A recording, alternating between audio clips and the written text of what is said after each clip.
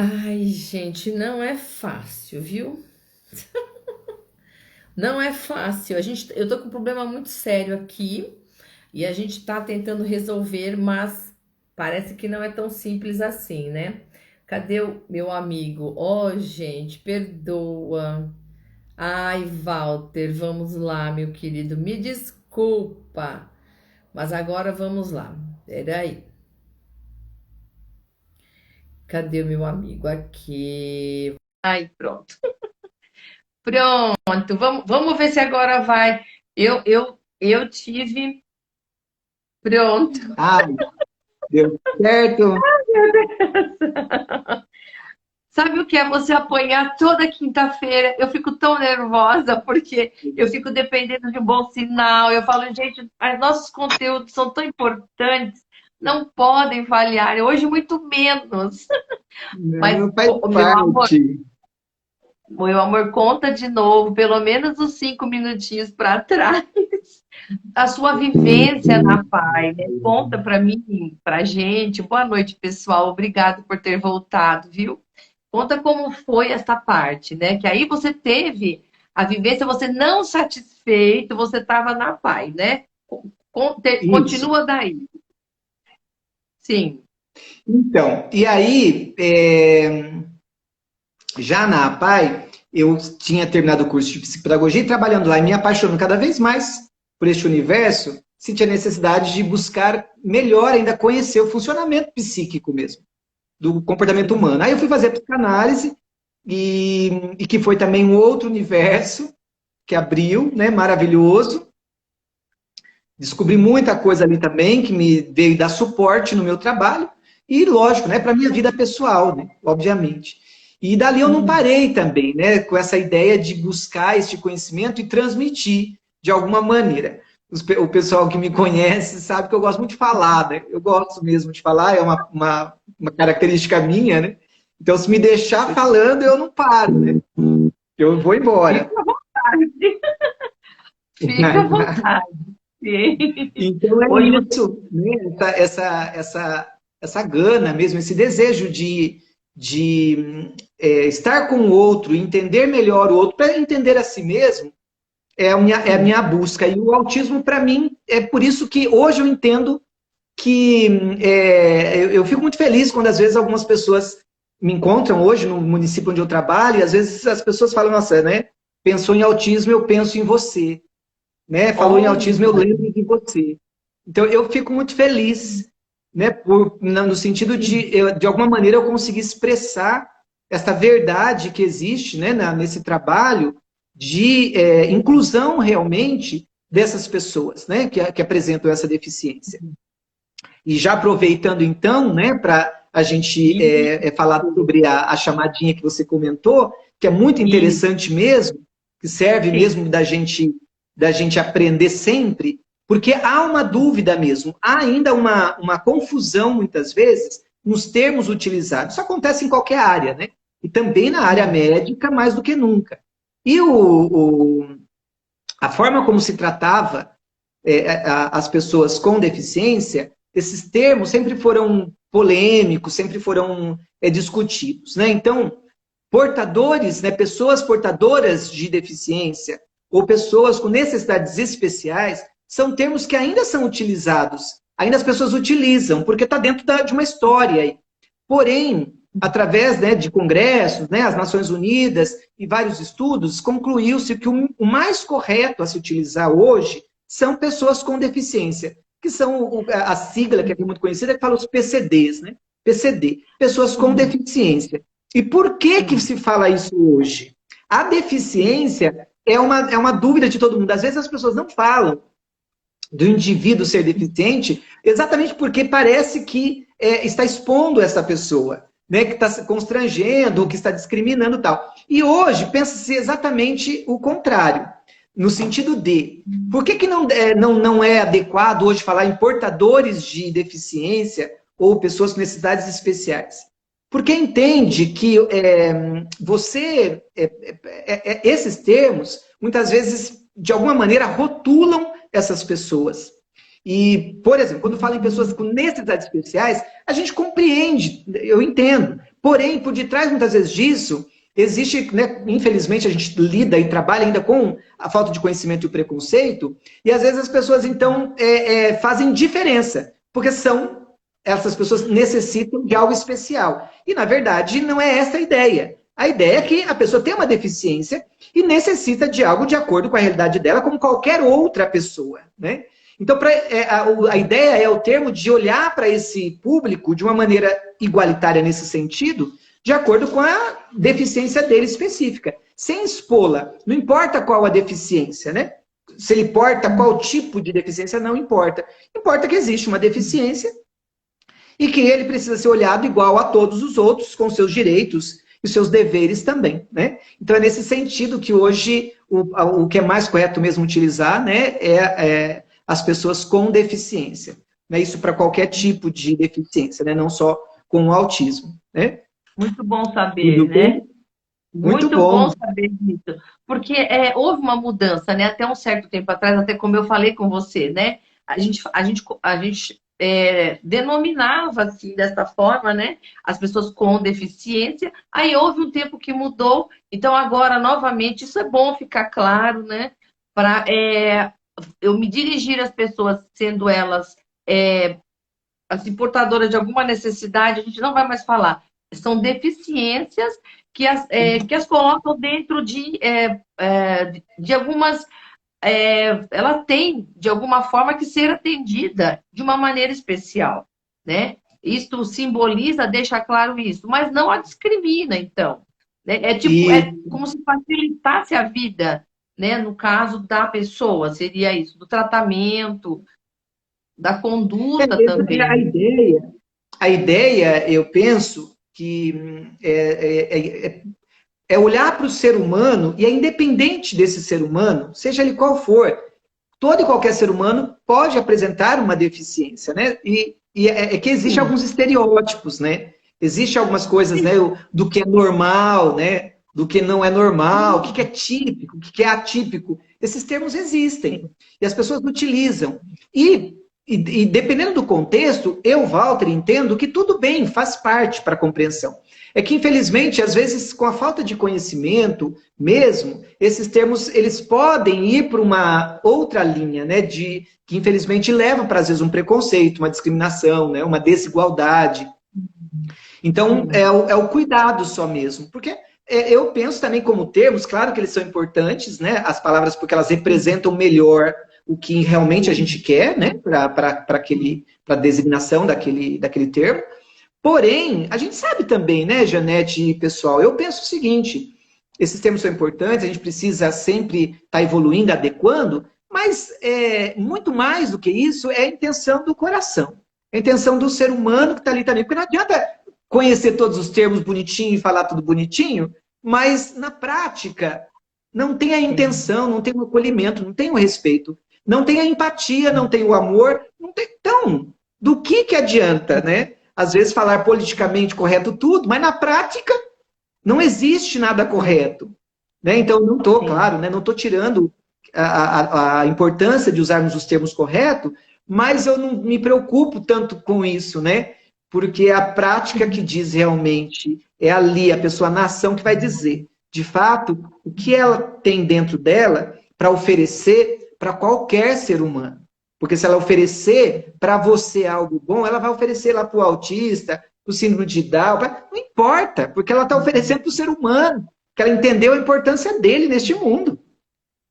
Né? Então, obviamente, a gente desenvolvendo isso com o autismo, óbvio que daí então, se a gente pegar especificamente pensando no autismo, por conta das suas especificidades, das suas particularidades, das suas características, das suas manifestações, né? Nós tendo desenvolvido isso em nós, essas habilidades, obviamente, vai facilitar muito, né?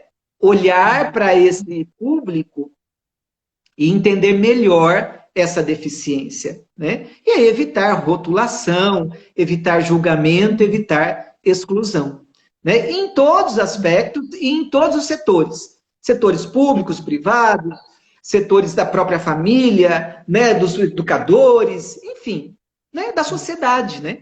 Porque qualquer criança, qualquer indivíduo, qualquer autista, ele é da sociedade. E a gente ainda tem um problema com isso, das pessoas não entenderem, né, a humanidade. Que nós somos responsáveis e corresponsáveis uns pelos outros. Né? Então, de quem é a responsabilidade das crianças? É claro que tem uma responsabilidade primeira, que é ali, então, daquele cuidador, que é do pai, que é da mãe, ou de qualquer outro cuidador. É claro que tem, né, os adultos ali. Mas não são só, né? Porque se faltar aqueles, terão outros adultos que terão que tomar conta dentro dessa sociedade.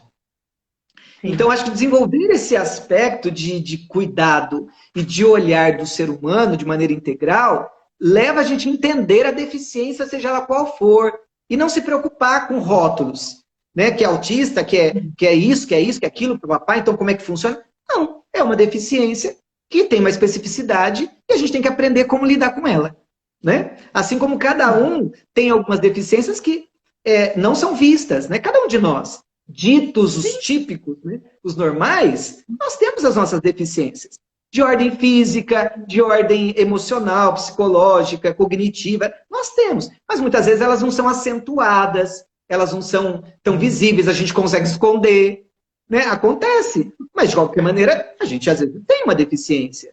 Né? Agora, quando ela é muito acentuada de um grau, né, de um nível, que às vezes, né, como o autismo em algum nível, que é muito prejudicado em várias áreas, obviamente, isso fica muito evidente. Né? E aí a gente vai precisar olhar com mais cuidado isso, com certeza. Deu para entender essa ideia, gente?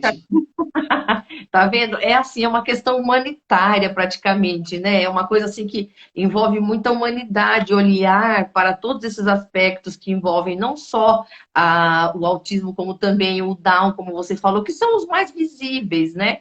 E tem tantos outros transtornos, né? Eu queria te perguntar uma coisa. Você lidando na PAI, porque eu tenho várias perguntas, né? A gente pode começar lá dos primeiros sinais, dos primeiros sintomas, tudo, né? Que tem muito isso. As síndromes, elas meio que se confundem um pouco, tem as semelhanças entre elas, né? Então, eu queria que você desse para a gente, começasse, né, falando assim, desde aquele momento onde eu preciso diagnosticar, né, os primeiros sintomas, quando que eu tenho que começar a prestar atenção? Porque é na criança que a gente tem que começar a prestar atenção. E eu estava vendo a respeito, eu estava lendo um pouco a respeito, né?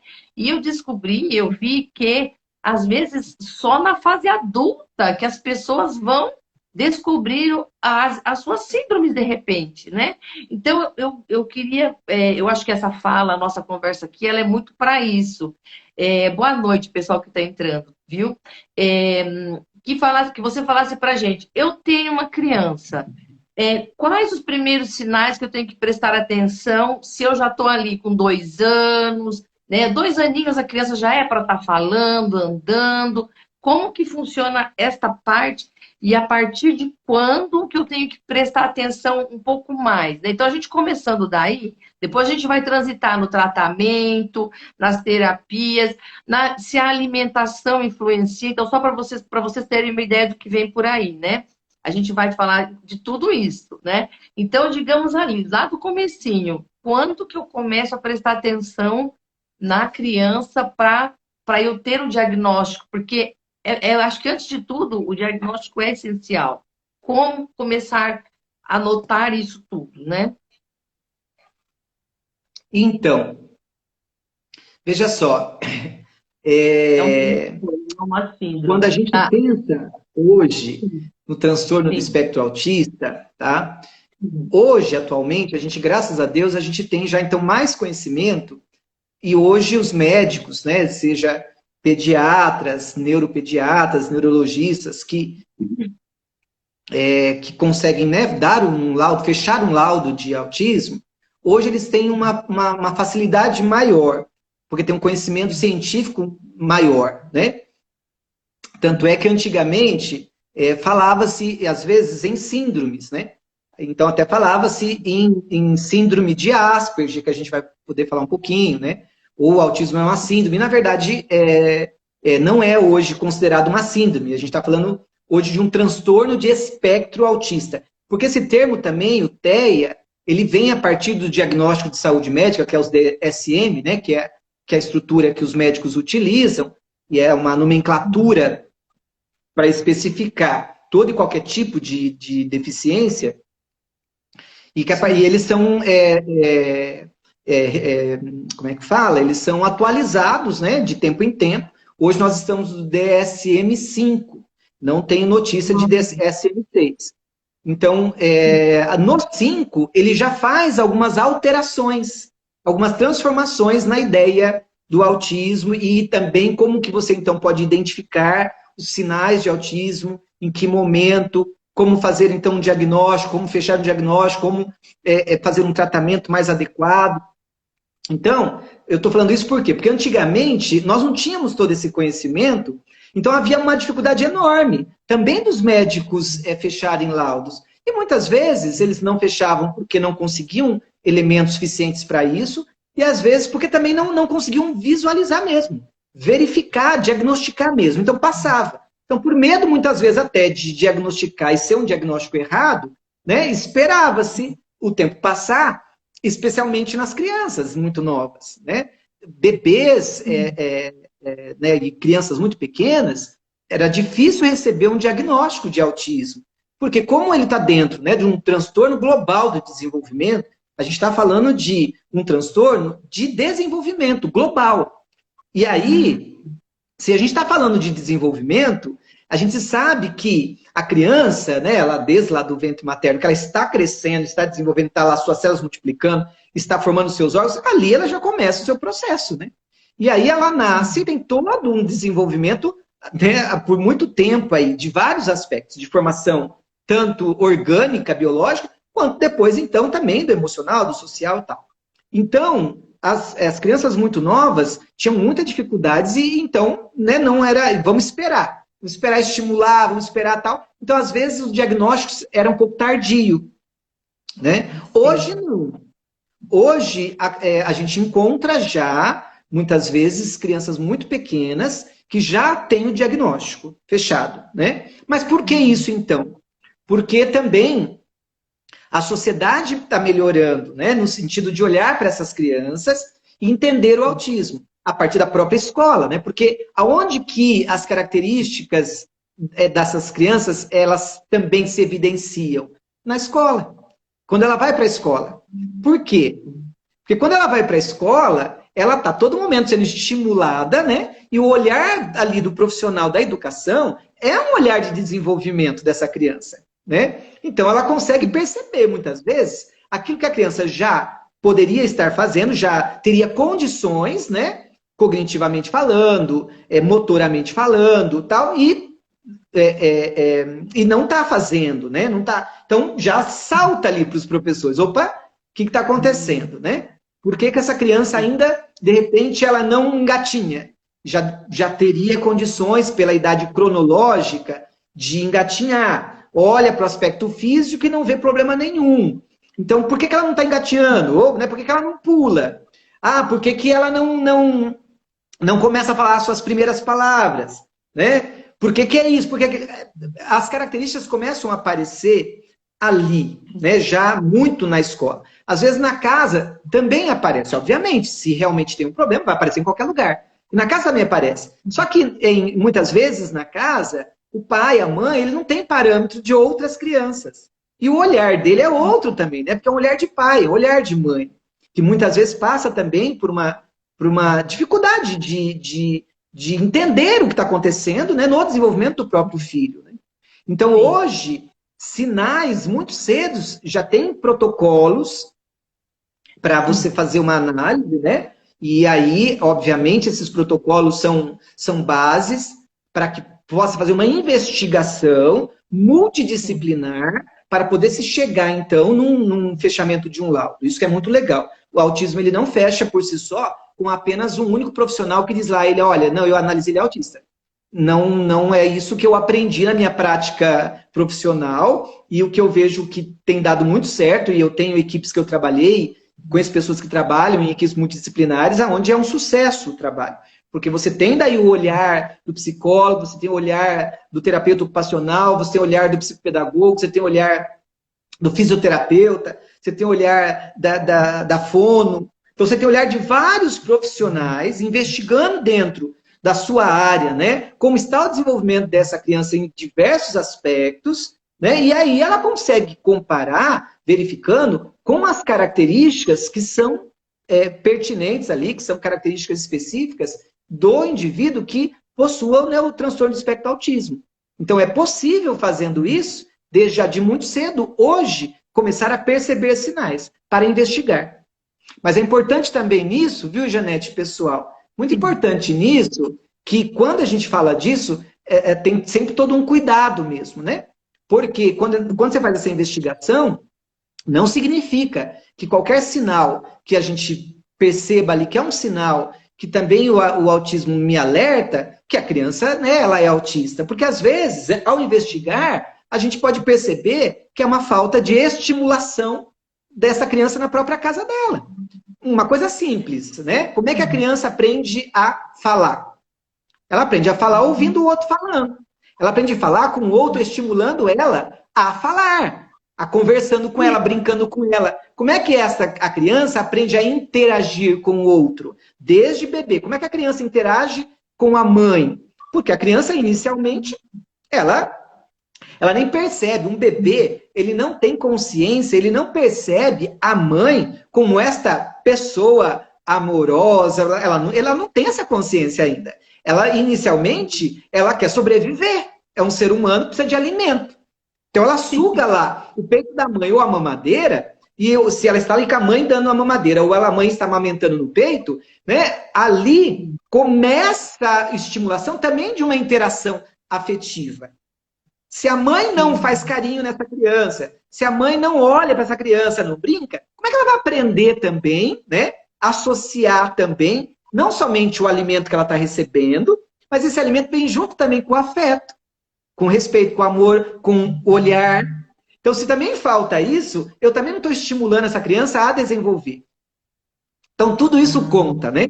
Que precisa analisar. Às vezes a criança ela não brinca, por exemplo, né? E é próprio da criança brincar. Mas a criança ela não brinca. E o brincar é uma situação para o autismo que é um fator. Quando a criança não dá função a um brinquedo. Né? Ela pega um carrinho, mas ela não faz sons, ela não brinca dele lá com a rodinha, faz uma estradinha, ela não tem imaginação. A criança, de repente, ela não faz isso e ela pega o carrinho e ela fica lá brincando lá na rodinha, ou ela fixa em algum aspecto do carro, ele joga, enfim, não dá função aquilo. Perceba, ele não sabe brincar. E o autismo, ele passa por isso, ele precisa aprender a interagir, a socializar, a brincar, né? Só que pode ter uma criança que não tem autismo e também tem dificuldade para brincar. Porque se ele está num ambiente social em que também ele não é estimulado, ninguém brinca com ele, ninguém faz nada com ele. Ué, como é que ele vai saber? Como é que ele vai aprender? Aí ele vai para a escola e aí ele vai ter um comportamento diferenciado, concorda? Ele vai ser diferente das outras crianças que têm esse estímulo já. Então, tudo isso é importante para analisar, para avaliar, para perceber, né? E aí, então, com esta análise, com a investigação, percebendo que alguns comportamentos ocorrem, né? E o porquê que eles ocorrem, qual a intensidade que eles ocorrem, e se eles ocorrem em vários locais, né? Porque uma característica que é do transtorno, ele não vai acontecer apenas ali na escola, aí em casa ele não faz tudo diferente, né? Ou ele só acontece lá em casa. Não, né? É um transtorno, é da pessoa, já está ali. Então vai acontecer em qualquer ambiente, né? Porque é uma característica dele, né? Não sei se eu consegui responder exatamente o que você me perguntou, tá? Mas se eu nunca respondi, você fala.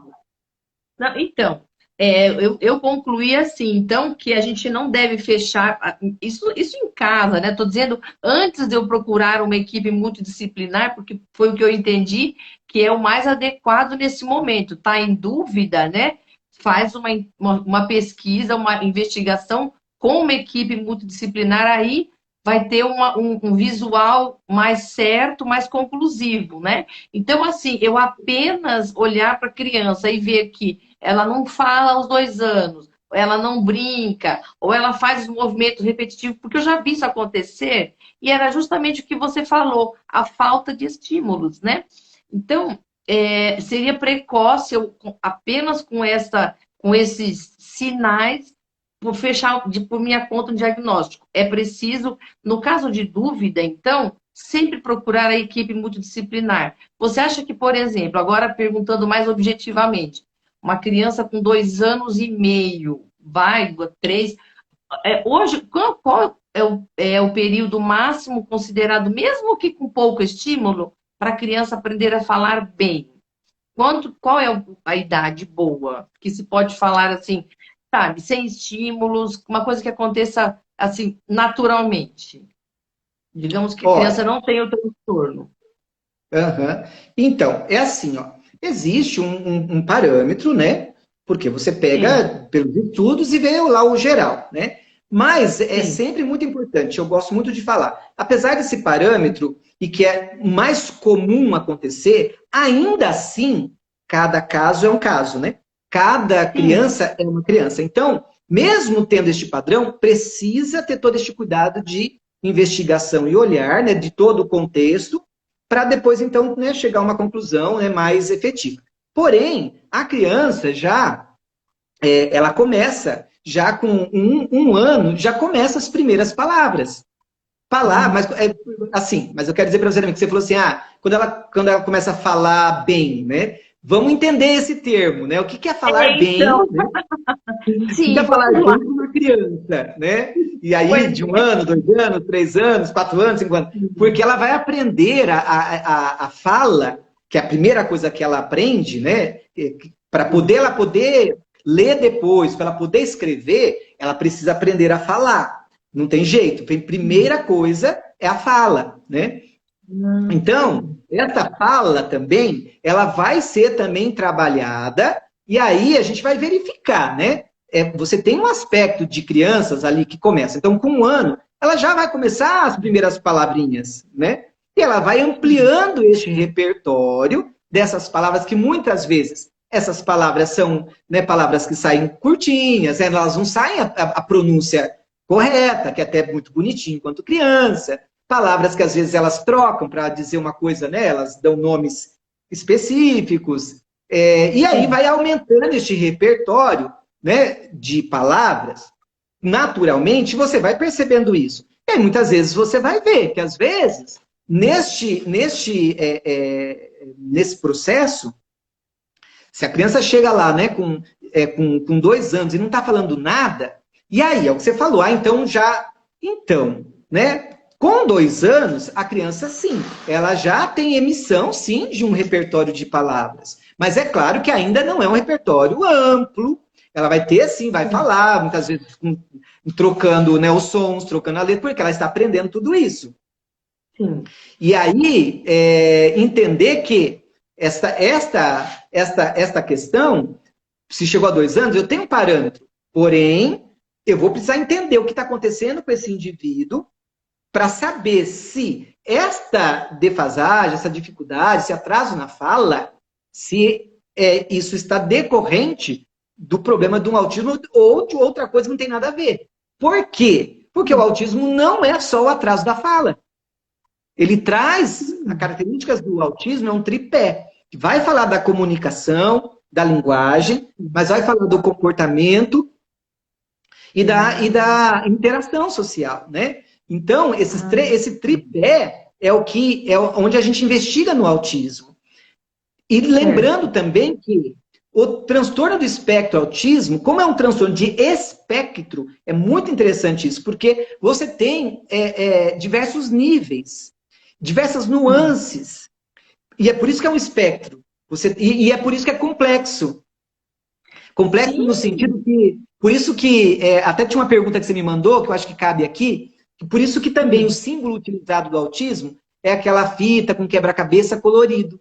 Exatamente por causa disso. Porque entende-se o autismo como um quebra-cabeça. Ele é ainda um mistério a ser desvendado. Nós não temos resposta para tudo, ainda há estudos e estudos. Então há uma complexidade grande no transtorno espectro autista. E as cores, exatamente, é porque respeita toda a diversidade que existe dentro desse espectro. Porque você vai ter, se você pegar o CID, que é a É, Classificação Internacional das Doenças, né? Se ela pegar o eu ia, F84, O F84 é o do autismo, né? Mas você vai pegar lá o F84.0. Mas aí você vai ver F84.1, 84.2, 3.4, você vai embora. Porque você tem aí uma diversidade de manifestações deste autismo que difere muito de indivíduo para indivíduo. Na sua base, todos eles vão encontrar aí prejudicado a comunicação, a interação, a linguagem, o comportamento, porém, a intensidade desta do que está prejudicado, ele muda muito. Porque vai depender muito do histórico dessa criança, do nível em que ela se encontra. Até engatilhando aqui para vocês entenderem também, quando a gente fala de nível, antigamente se falava também no autismo, antes era uma nomenclatura, que às vezes você pode encontrar ela por aí também, porque é transicional também essas mudanças, como nós falamos. Mas antigamente se falava-se em autismo leve, moderado e severo. Hoje não se usa mais esses termos. Não se usa mais. Por quê? Por que também tirou isso? Exatamente por conta dessas nuances que existem, né, desse espectro, e nós entendemos hoje, então, esse transtorno, que ele tem nível, né? Nível de suporte. Então, você tem o nível 1, nível 2 e nível 3 de suporte. O que significa isso? Ele está lá no DSM, que hoje nos orienta. Você vai encontrar o indivíduo autista, se ele for autista, ele vai ter prejudicado, né, essas áreas que a gente falou, esse tripézinho. Porém, alguns autistas vão ter mais prejudicado uma coisa do que a outra, né? E vai fazer com que, então, ele tenha, às vezes, um nível de necessidade de apoio diferente. Então, tem crianças que vão ter, né, autistas que vão ter uma necessidade de apoio leve, é um apoio pouco. Beleza, ele está no nível 1. Tem crianças que precisam, né, indivíduos, sujeitos, aí que precisam de um apoio substancial. Então, está no nível 2. E tem alguns que precisam de muito apoio. Então, eles são no nível 3. Então, é mais interessante hoje não dizer, né, leve, moderado e severo. Olha que interessante a nomenclatura, que foi usada por muito tempo. Eu utilizei nos meus relatórios no início da minha profissão. E hoje, quando eu faço um relatório, eu já sei que esse termo é inadequado. Porque quando eu olho para o autista, eu vou ver em nível de suporte que ele necessita. E aí, eu vou verificar. E aí, para verificar isso, é cada um. Tem crianças, né, que a gente vai para a escola, que às vezes tem pessoas que falam assim, nossa, mas para mim ele não é autista. E ele está diagnosticado como autista. Mas por que às vezes, esse profissional diz que ele não é autista? Porque, muitas vezes, tem na mente esse autista clássico, um autista de nível 3. Quando você pega um autista de nível 1, ele acha que não é autista. Mas ele tem as suas especificidades. Ele tem também lá o seu comportamento, às vezes, que é estereotipado.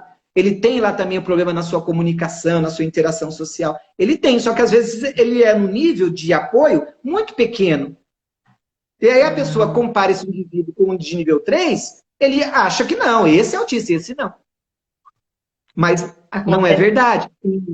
É o que você disse também aí na sua fala, no início. Eu já ouvi também muitas pessoas falando isso também, né? Que às vezes o indivíduo chega na fase adulta e ele pode, de repente, descobrir lá que ele tinha transtorno de espectro autista. Pode acontecer. Porque se ele for do nível 1, você imagina, no século XXI, no tempo que nós temos hoje, você imagina pensar lá há 20 anos atrás ou há 30 anos atrás. Você imagina esse indivíduo, esse sujeito lá, autista. Quem é que via ele? Então, ele teve que sobreviver e ele lidou com as dificuldades dele ali, na garra. E ele ficou adulto. Né? E aí, olha, às vezes ele tem algum probleminha social, de comunicação, de interação. Ele tem lá os seus comportamentos repetitivos, ele tem lá as suas fixações. Mas às vezes é algo que não atrapalha tanto ele e a vida social dele. Então, às vezes a pessoa até olha e fala, aquele cara é meio estranho. Mas nem sabe. E às vezes ele tem um transtorno. Mas que nem ele sabe. Sim, mas existe. São casos que acontecem. Hoje menos, como nós falamos, por conta deste conhecimento, né? Por conta de a gente conseguir visualizar esse espectro. Sim. Até interessante também. Pode falar. Sim. Não, eu ia falar assim, nesse caso, então, aí a gente vai dando uma linha, continuando o seu raciocínio, né? Digamos, então, aí que a gente vai. Tem como a gente falar os primeiros, os sinais mais clássicos do nível um, do nível 2, do nível 3. É possível a gente falar? Então, Eu sei que é grande o então, espectro, e agora, eu, inclusive, fiquei. uhum. Eu achava muito curioso a parte do quebra-cabeça. Por que o quebra-cabeça e por que o colorido? Eu entendi perfeitamente agora. Muito interessante a ligação que foi feita, né? Então, assim, ainda temos muito a aprender, então, porque quebra-cabeça, né? Você só consegue montar quando tem todas as peças. E no caso, será que já Exatamente. tem todas as Maravilha, peças? não, não. É isso mesmo, Janete. Nós não temos todas as peças. Graças a Deus a gente já adquiriu muitas peças que antes faltava para esse quebra-cabeça. Mas ainda não temos todas as peças. Tanto é que a causa do autismo ainda ela não é definida. Ela não é clara. Né? Ela é estudada. Existem hipóteses. Né? E aí tem várias linhas de pensamento. Hoje a hipótese mais aceita, a mais aceita, é que seja de ordem genética. A mais aceita, mas não é fechado. Mas é aceito que é de ordem genética e, obviamente, associado ao ambiente desse indivíduo, né? Que está relacionado à interação com o mundo. Como é dado isso. Mas Uma não é sub... fechado. Ah, sim. Alguma substância, você quer dizer isso, que possa interferir, além da genética, alguma substância, por exemplo, que a mãezinha ingere durante a Não, então, gravidez? não, é o que eu, não, Não. não foi isso que eu quis dizer. O que eu quis dizer é relacionado à genética e mais ao ambiente mesmo social dessa criança, como que ela foi a estimulação mesmo na interação dela com o meio, tá? É claro que também isso que você falou, talvez até você trouxe isso porque traz aí no repertório que a gente escuta. Existem linhas e existem médicos que defendem sim e falam que a ingestão né, de algum tipo de substância tal poderia levar também né, a causar o autismo. Não existe nada comprovado. Porém, é assim, eu penso o seguinte, não é o autismo só, né? A gente sabe que qualquer tipo de substância, qualquer tipo que seja tomada né, na gravidez, pode vir a Exatamente. prejudicar. Né? O Sim. cigarro, a bebida, a maconha, a heroína, enfim, né? Seja o que for ali, pode vir a prejudicar no desenvolvimento. Então, obviamente, uma criança que de repente tem uma propensão genética, né, para o autismo, né, ela tem a linhagem dela, ela tem ela na família já ali esses traços. E de repente esta mãe também de repente ingere substâncias tóxicas, né? Ela também tem uma vida desregrada. Pode ser que isso contribua, colabore? Pode, pode, Sim. né? Mas para desenvolver qualquer outro tipo de também deficiência, né? Não é uma coisa Sim. comprovada, mas a gente sabe que pode. Uma coisa que eu queria comentar é o seguinte, o número, a meu ver, e assim, muito crescente, né? Um número muito grande surgiu nos últimos tempos. Você notou isso ou é isso mesmo? Não, O, então, isso aí que o você que eu está falando, a discussão é a seguinte: pra você ter uma ideia, quando eu comecei a trabalhar na PAI, isso já uns 7 anos atrás, eu saí de lá já faz 3 anos, né? Então, há 7 anos atrás, quando eu comecei a trabalhar no programa de autismo, nós tínhamos lá 20 atendidos. sim, Hoje, passados 7 anos, pra você ter uma ideia, a cidade de Cabril é uma cidade pequena, por volta de seus 50 mil habitantes, né? E sim. hoje, o programa de autismo tem lista de espera para atendimento, para avaliação multidisciplinar. Então, só para né, fazer esse paralelo de que realmente a gente percebe um aumento muito grande. Mas esse aumento, Hum. eu entendo que não dá para saber também né, o que significa esse aumento. Porque a Sim, gente sabe também que sempre houve o autista, né? Sempre houve, há muito tempo atrás. Porém, também sim. hoje tem dado-se mais abertura mais assistência, mais visibilidade, mais voz, mais direitos. Então, obviamente, isso possibilita também os autistas aparecerem, que antes eram escondidos, né? As famílias, não só com autismo, mas com tantos outros tipos de deficiência, muitas famílias tinham vergonha, né? Porque também elas eram condenadas. Elas eram, infelizmente, especialmente com o autismo, não sei se você já ouviu falar da teoria da mãe geladeira, que é uma teoria que foi bastante discutida. Porque alguns profissionais diziam que a culpa do autismo era da mãe. A mãe era responsável por isso. Porque a mãe era uma mãe geladeira. E aí isso foi, graças a Deus, muito combatido, né?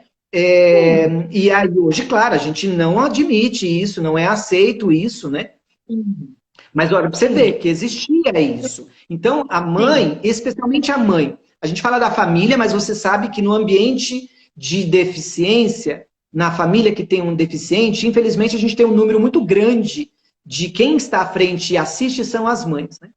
Muitas vezes os pais abandonam a família, ou os pais não abandonam, mas não são eles que estão de frente, né? E tem vários fatores aí. Mas como um deles, muitas vezes, esses pais escondiam seus filhos.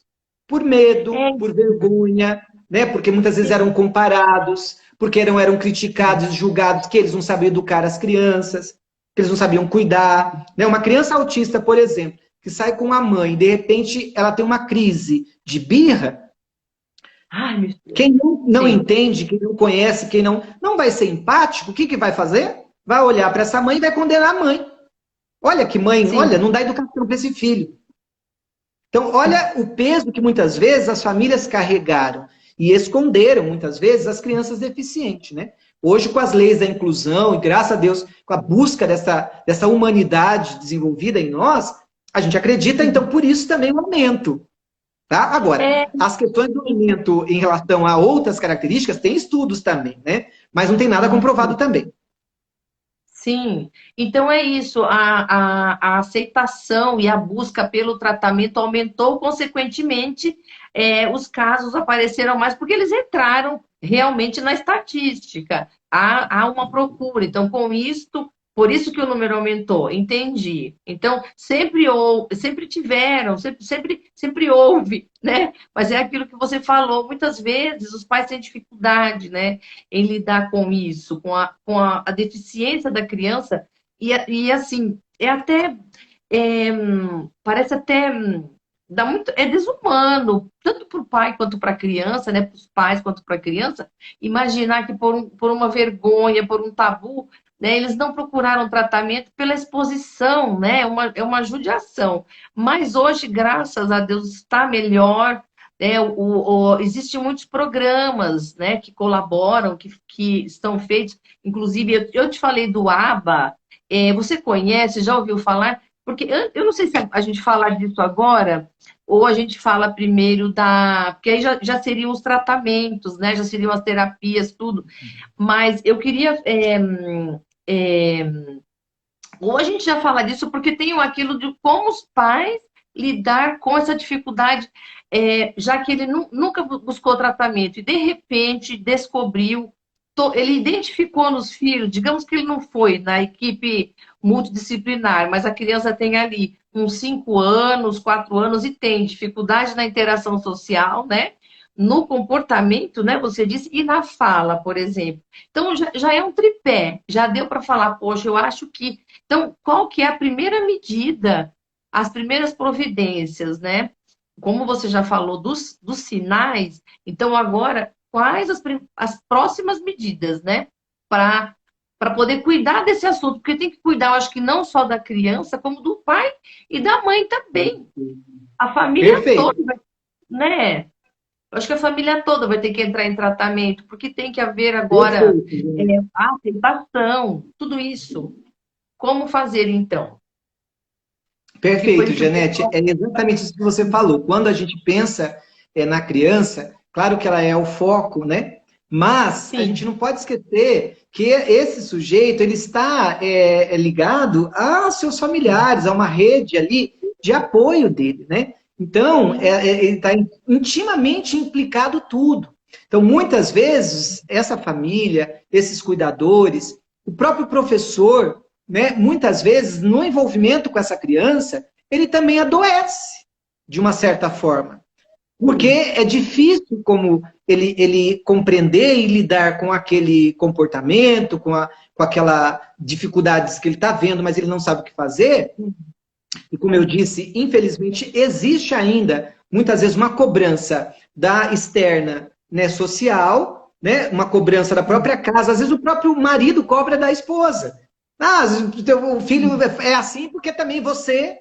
E aí pronto, já traz uma culpa, né? Ou vice-versa. Ou traz uma culpa, né? Porque, olha, eu fui na escola, a professora falou isso, isso, isso. Então ela já traz uma culpa também, que a culpa é minha, né? Então, esse sistema de culpa é do ser humano, né? É próprio. Mas precisa ser tratado, com certeza. Por isso que, com certeza, a família também, sim. Precisa ter esse olhar, sim. Precisa ser acolhida. Precisa ela entender que quem está ali para ajudar essa criança está para ajudar ela também. Que é uma parceria mesmo. Porque não adianta, né? O comportamento por exemplo, uma criança vai para a escola e os profissionais ali vão trabalhar em prol de ajudar essa criança na mudança de comportamento, no desenvolvimento de habilidades que ela não tenha, se não tiver parceria com a família, vai ser muito difícil. Porque, de repente, ela faz um trabalho muito legal aqui, mas a família não está fazendo lá. E se a família não está fazendo lá, eu preciso ajudar essa família, porque às vezes ela não está fazendo porque ela não sabe fazer. Porque ela também está dolorida, ela está machucada. Eu preciso olhar também para ela. Então, não é dizer assim, muitas vezes, né, essa mãe não liga para o filho, essa mãe é negligente. O pessoal que está aqui, tem um pessoal aí assistindo, que me conhece, que trabalhou já comigo, que trabalha comigo como gestor, eles sabem o quanto levanta a bandeira em prol das famílias. Né? Por conta de entender que, quando eu falo que eu levanto a bandeira em prol das famílias, sempre digo para os profissionais, isso eu não estou dizendo que é passar a mão na cabeça lá da família, do pai, da mãe, aceitar a negligência, sabe? Não é nada disso. Só que é se colocar no lugar dessa família. É entender que muitas vezes essa mãe, este pai, ela vem muitas vezes com 10 pedras sobre a escola, sobre um profissional, mas porque ela está machucada. Porque ela já levou tanta pedrada ela já se sentiu tão excluída tantas vezes, que ela não consegue mais confiar na escola, nas pessoas. Então, nós profissionais temos que entender isso. E trazer essas pessoas mais próximo, acolher elas primeiro, para elas entenderem que a gente está ali para ajudar, e aí então a gente consegue fazer uma intervenção melhor com o filho. Se eu quiser fazer uma intervenção só com o filho, mas sem olhar também para essa dor dessa família, eu vou ter muito mais dificuldade, com certeza. Então eu vou precisar fazer isso tudo. Sim, excelente. Você sabe que tudo isso que você está me falando, então, é na equipe multidisciplinar que a gente encontra, né? É o apoio que vai atender a criança, no caso, a família como um todo, né? Todos os envolvidos diretamente. Então, o acolhimento, o pessoal está participando bastante. Quero agradecer muito a todos vocês. Não estou conseguindo responder a todos porque o assunto está muito quente, eu não posso, mas obrigado pela participação. Viu? Acolhimento, empatia, deixa eu ver o que mais que tem aqui. O pessoal está falando, eles estão nos ajudando, viu, Walter? Maravilha, Então, estou vendo aqui também. uma Maravilha, é grata. isso mesmo. Isso é muito bom. Você sabe que eu fico contente, mais uma vez, porque mais uma vez a gente está conseguindo o nosso propósito, né, Walter? Levar para as pessoas que não tenham e que estejam precisando conhecimento, e assim, ó, de uma pessoa acessível. Não é um vídeo que você está vendo no YouTube. É uma pessoa que a gente conhece e que lida e que tem um coração pronto, preparado para tudo isso, né? Eu quero perguntar para você agora assim. No caso, a criança que ainda não foi para a escola, né? Ela não teve ainda interação na escola. Como ah, os graus? Porque a gente estava falando do nível 1, 2, 3, né? Parece que o nível 1, quais as dificuldades, você que já esteve com elas, né? Que cada um enfrenta e como que é atendido cada um, principalmente na rede de ensino, né? Aonde que é colocada, encaixada, por exemplo, o nível 1, o nível 2, o nível 3. Inclusive eu estava lendo sobre a síndrome de Asperger, que ela é o traço, parece que ela é o traço um do autismo. Eu posso estar falando um monte de bobagem, você me corrija. Mas assim, é que eu estava lendo, né? Tem várias Isso. síndromes que se confundem com o autismo, como a gente estava falando, né? E aí, na escola, a criança chega com o laudo ou sem o laudo? Como ela é recebida, sabe? Aonde que é encaixada? Como que essa parte já no plano de interação social, né? A criança tem dificuldade com a interação social, mas como que ela é atendida e recebida na escola mesmo, né? Tem uma sala especial? Como que é feito a conduta com a criança nesse caso? Então, ó, vamos lá. Como você falou, é exatamente isso mesmo, tá? Os termos mudaram e as transformações ocorreram, e hoje, então, a gente nem fala também, por exemplo, síndrome de Asperger. A gente está falando também de um transtorno também aí, de desenvolvimento aí, global, e o Asperger, normalmente, antigamente, ele era considerado, que ele era uma associação ao TEA, ao autismo, mas ele não era considerado autista. Olha as dúvidas que existiam, né? Por quê? Porque o Asperger, ele é um indivíduo, por isso que hoje ele está aí no nível 1 de suporte. Por quê? Porque é muito menos acentuado algumas dificuldades que ocorrem no autismo, como, por exemplo, a dificuldade da fala. O Asperger não teve atraso de linguagem, mas existe o restante dos autistas, em outro espectro, que vão apresentar dificuldade de linguagem. Essa dificuldade, atraso de linguagem, não dificuldade, na verdade, atraso. Esse atraso de linguagem, também, ele é muito também específico para cada um. Tem uns que têm atraso de linguagem e que chega na sua adolescência e não são verbais. Então já chega na adolescência e não é verbal. Tem crianças que são autistas e desenvolve uma comunicação, mas ela não é ainda bem elaborada, né? Então aí a gente vai estimular com tratamento para ajudar a melhorar isso, mas ela já apresenta uma verbalização, né? Às vezes uma verbalização que não é ainda muito funcional, né? Ela não tem ainda, tem diferença, questão de entonação, de fluência, enfim, todas as questões da linguagem. Mas existe. Então, você vai ver que tem alguns que são não verbais, tem alguns que são verbais. Percebe? Mas mesmo aquele que é verbal, aquele que não é verbal, ou ele é verbal, mas ainda com dificuldade, todos esses são autistas. Entendeu? O Asperger não tem atraso de linguagem, mas ele vai estar hoje classificado no nível 1, porque ele tem também outras, não é acentuado isso, né? A questão do atraso de linguagem, né? Mas a gente vai ver no Asperger, por exemplo, que ele não tem também acentuado problemas cognitivos, mas ele tem uma grande dificuldade de interação social. Né? Ele tem também alguns comportamentos estereotipados, tem algumas fixações, né? E é interessante, porque também pensa com o intelecto, por exemplo, se você pensar também, a maioria, né, quando a gente pensa no autismo, existe uma dificuldade intelectual. Há uma defasagem cognitiva, né? Quando você pega no Asperger, por exemplo, isso já não é tão evidente, é bem menos ou nem existe, né? Por isso que alguns Aspergers, eles têm alguns conhecimentos fixos em algumas coisas, né? Seja lá de mapa, de músicas, de países, né? Que é um conhecimento, né, superdotado. Olha, mas Sim. Ele é dentro ainda do nível 1, né? Ele é autista. Porque ele tem também outras características que é também do autismo, que é muito parecido, né? E que muitas vezes não é tão acentuado. Ele consegue lidar melhor. Por exemplo, a gente conhece alguns famosos Aspergers, né? E eles dão palestras, né? Eles escrevem livros, claro, com apoio e tal. Mas dão palestras, né? E você vê que eles têm também as suas dificuldades do autismo. Apesar de eles darem palestra, eu participei de uma palestra de um rapaz que veio aqui em Cabreúva, que eu me esqueci o nome dele, agora me fugiu, que eu tenho o livro dele, e ele dizia, olha, eu falo, mas eu não gosto de falar. Porque é assim mesmo com eles, ele tem consciência nesse caso.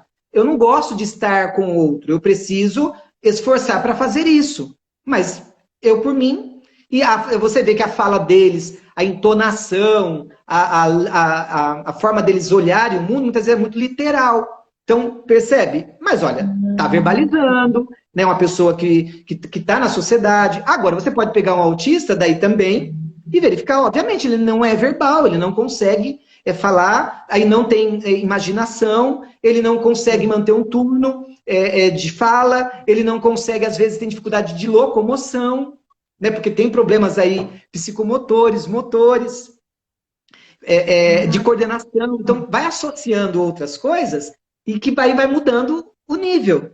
Né? Você vai vendo ali, opa, esse nível já está 3, porque dentro dos aspectos de comunicação, de linguagem, de interação social, de comportamento, olha, aqui está muito mais acentuado algumas coisas. Né? Então, eles, por exemplo, como qualquer criança, o autismo também, no seu desenvolvimento, a criança ela é pouco tolerante à frustração, por exemplo.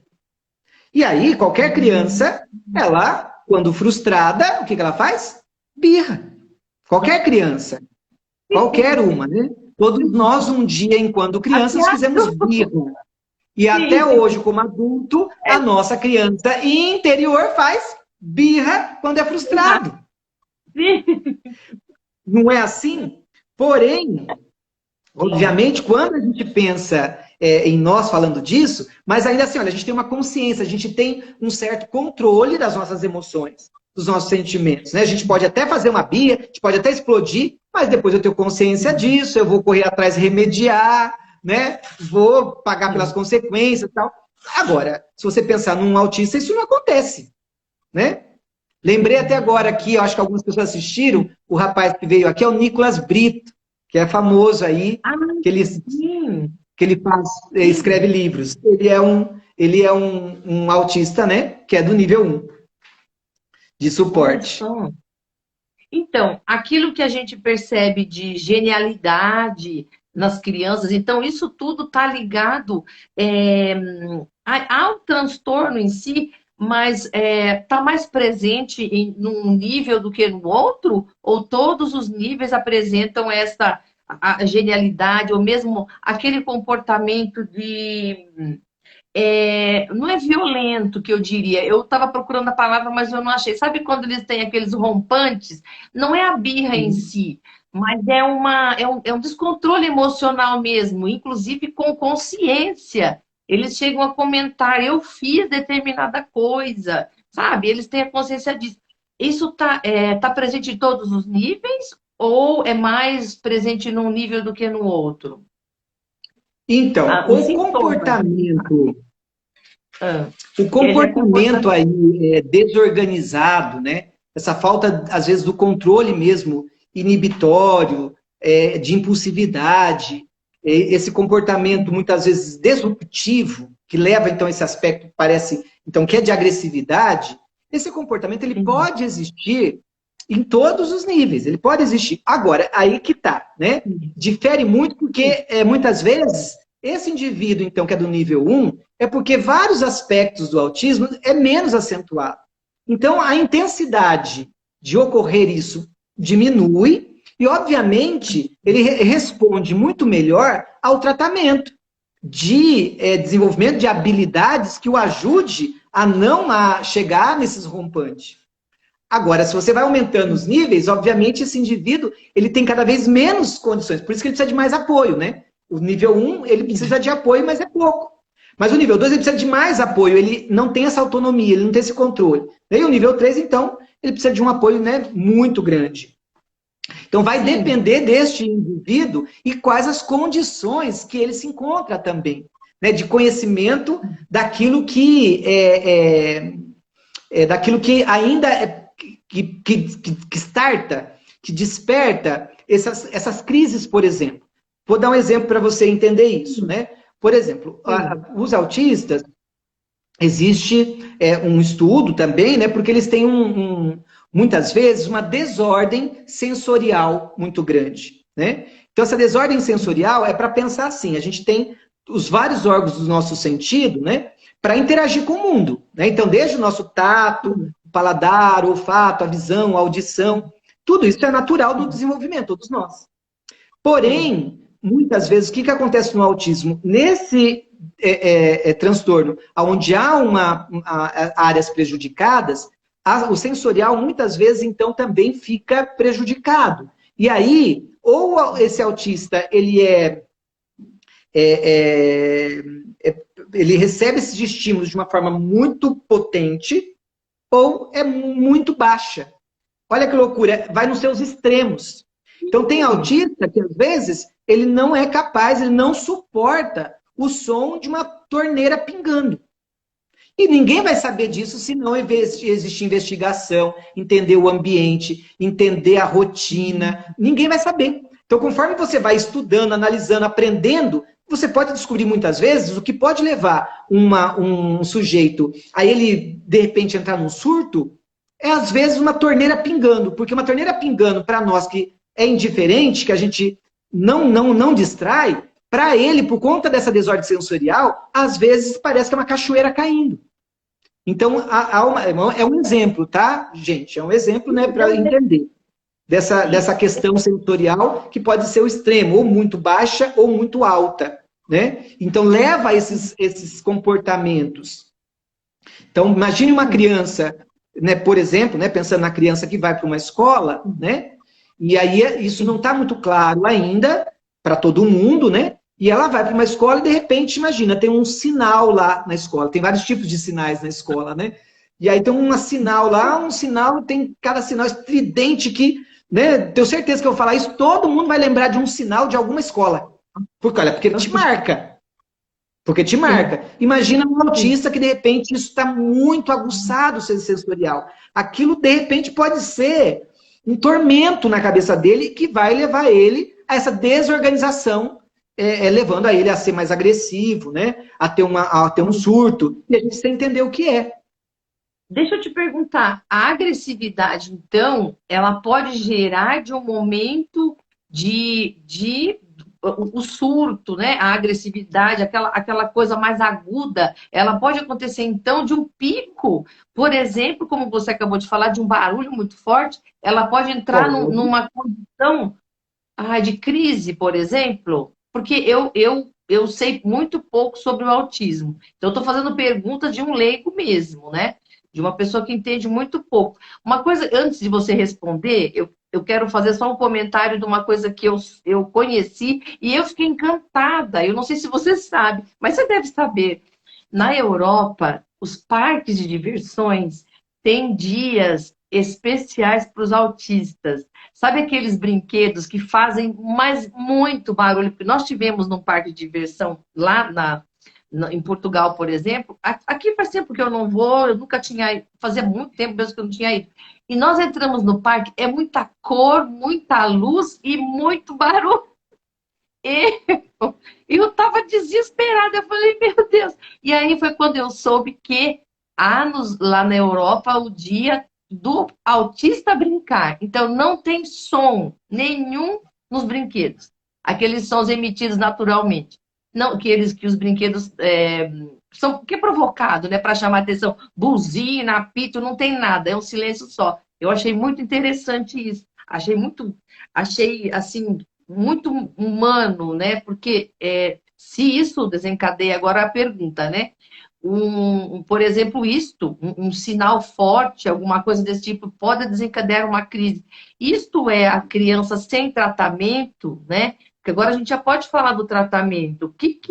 Como é o tratamento da criança, né? Sim, então, isso que você falou é perfeito. E a gente já tem também algumas ações, né, muito bacana. Aqui também no próprio nosso país, não sei se você já ouviu falar também, que tem alguns locais que oferecem o dia do cinema para o autista. E então, exatamente nesse dia é também um ambiente todo mais preparado para receber esse autista, né? Com um ambiente que seja mais favorável, né? Que respeite mais essas condições dele. Então, é fantástico, né? Porque é isso que precisa acontecer com o autista em todo ambiente, né? E seja também na escola. né? Eu preciso preparar esse ambiente para essas pessoas e também para o autista. Mas é claro que, né, na contramão aí, quando eu falo também de preparar, é respeitar esse momento, mas de qualquer maneira também inseri-los na sociedade. E em qualquer ambiente, por exemplo, no ambiente escolar, não tem como também você chegar para esse ambiente e falar, gente, vamos ficar todo mundo em silêncio porque aqui tem um autista. É impossível. Né? E também não seria correto também, né? Porque as pessoas também, as crianças que estão ali, elas também estão sendo desenvolvendo naturalmente, elas precisam também fazer aquilo que falar, correr, etc. Né? Então, o que é importante a gente pensar nisso? É ajudar essa criança autista a inserir neste ambiente, claro, preparar ambientes que vá ajudando essa criança e criando, né, desenvolvendo habilidades que possibilite ela ficar e se adaptar àquele ambiente. Agora, não é simplesmente pegar, então, esse indivíduo e jogar lá no meio do barulho, né? E deixar ela que aprenda. Não, eu vou precisar preparar, sim, esse ambiente inicialmente, né? Como é que eu faço isso, por exemplo, no ambiente escolar, né?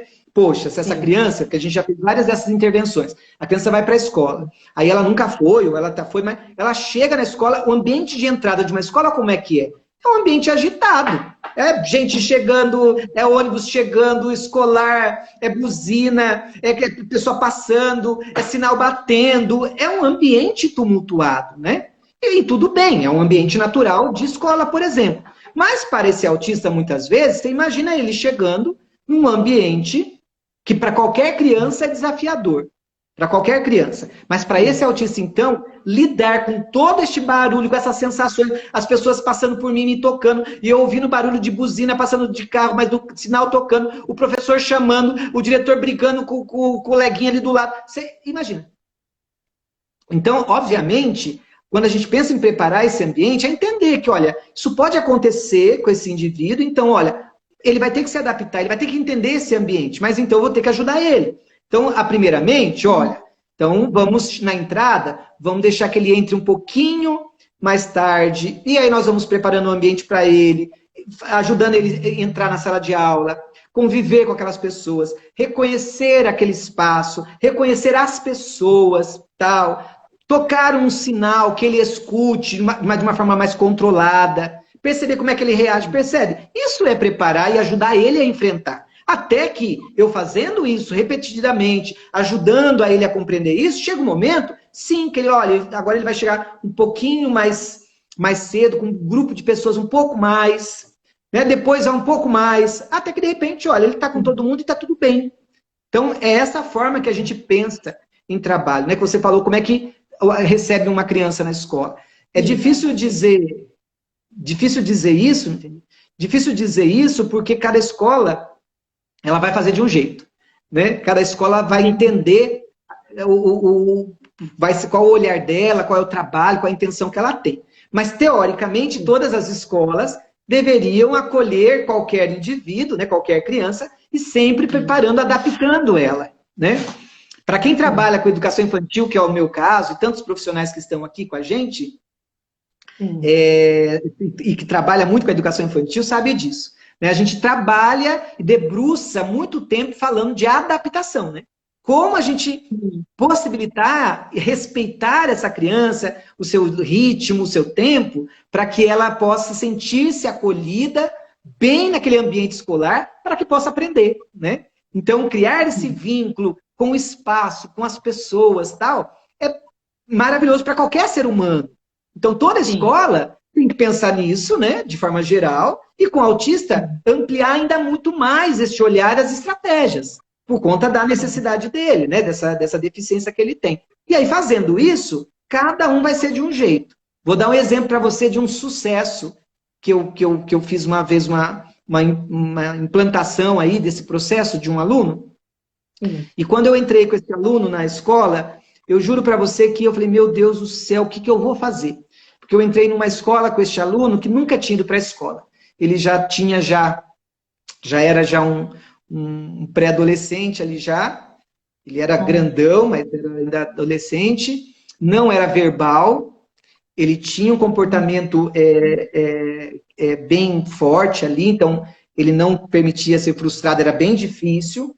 como ele não conseguia falar, ele não era verbal, tudo que ele queria, ele pegava a sua mão, ele queria na força, tal, e eu falei, meu Deus, o que eu vou fazer? E aí fizemos um trabalho bastante grande de terapia na PAI, e eu fui para a escola para conversar com os profissionais, explicar tudo isso e preparar o ambiente para este aluno. E vamos tentar.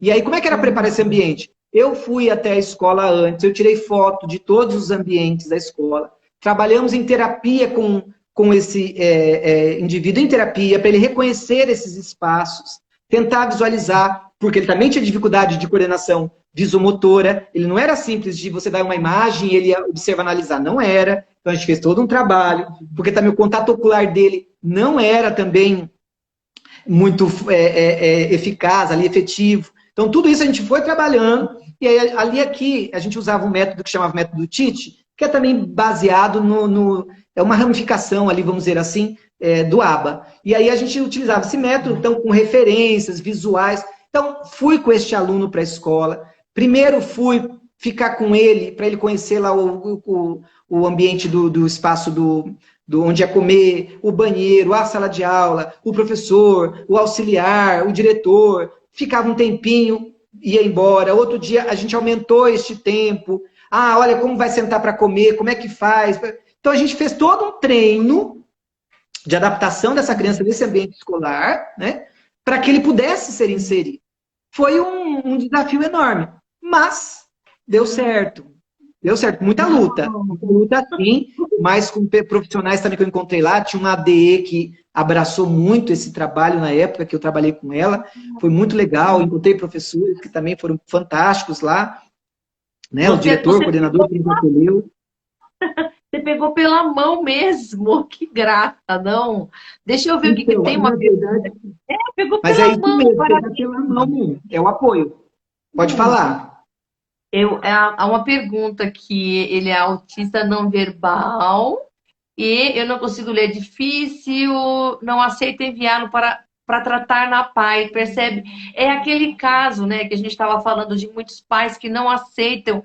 E aí, o que acontece? Porque assim, olha, eu queria perguntar, como eu tenho essa pergunta aqui na minha anotação, antes da gente mudar de assunto, porque na verdade a gente está na linha, mas me perguntaram assim: medicação para criança autista, por exemplo, criança que não dorme, sabe, florais, essas coisas ajudam?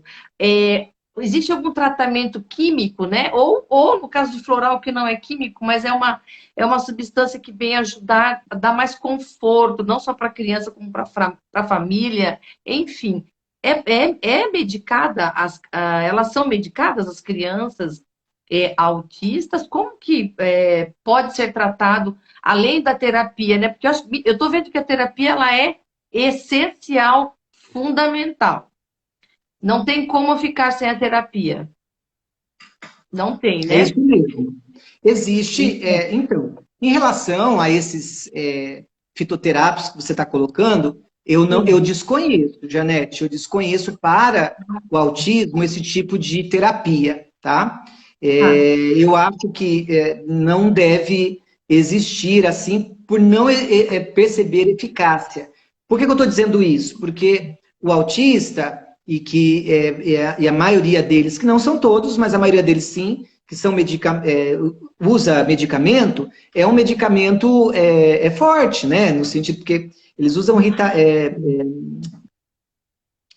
me fugiu agora aqui o nome o Risperidona, que é um dos muito que é recomendado. Existem outros, mas o Risperidona é um dos muito comum, né? Então, são remédios fortes também, no sentido de ajudar essa criança a melhorar a atenção dela, né? Diminuir essa impulsividade, para que ela possa também participar de uma terapia. Tá? Porque é difícil, às vezes, a criança, o autista, na terapia com o autista, dependendo do nível que ele se encontra de suporte, é bem difícil mesmo no sentido de ser muito lento, né? Você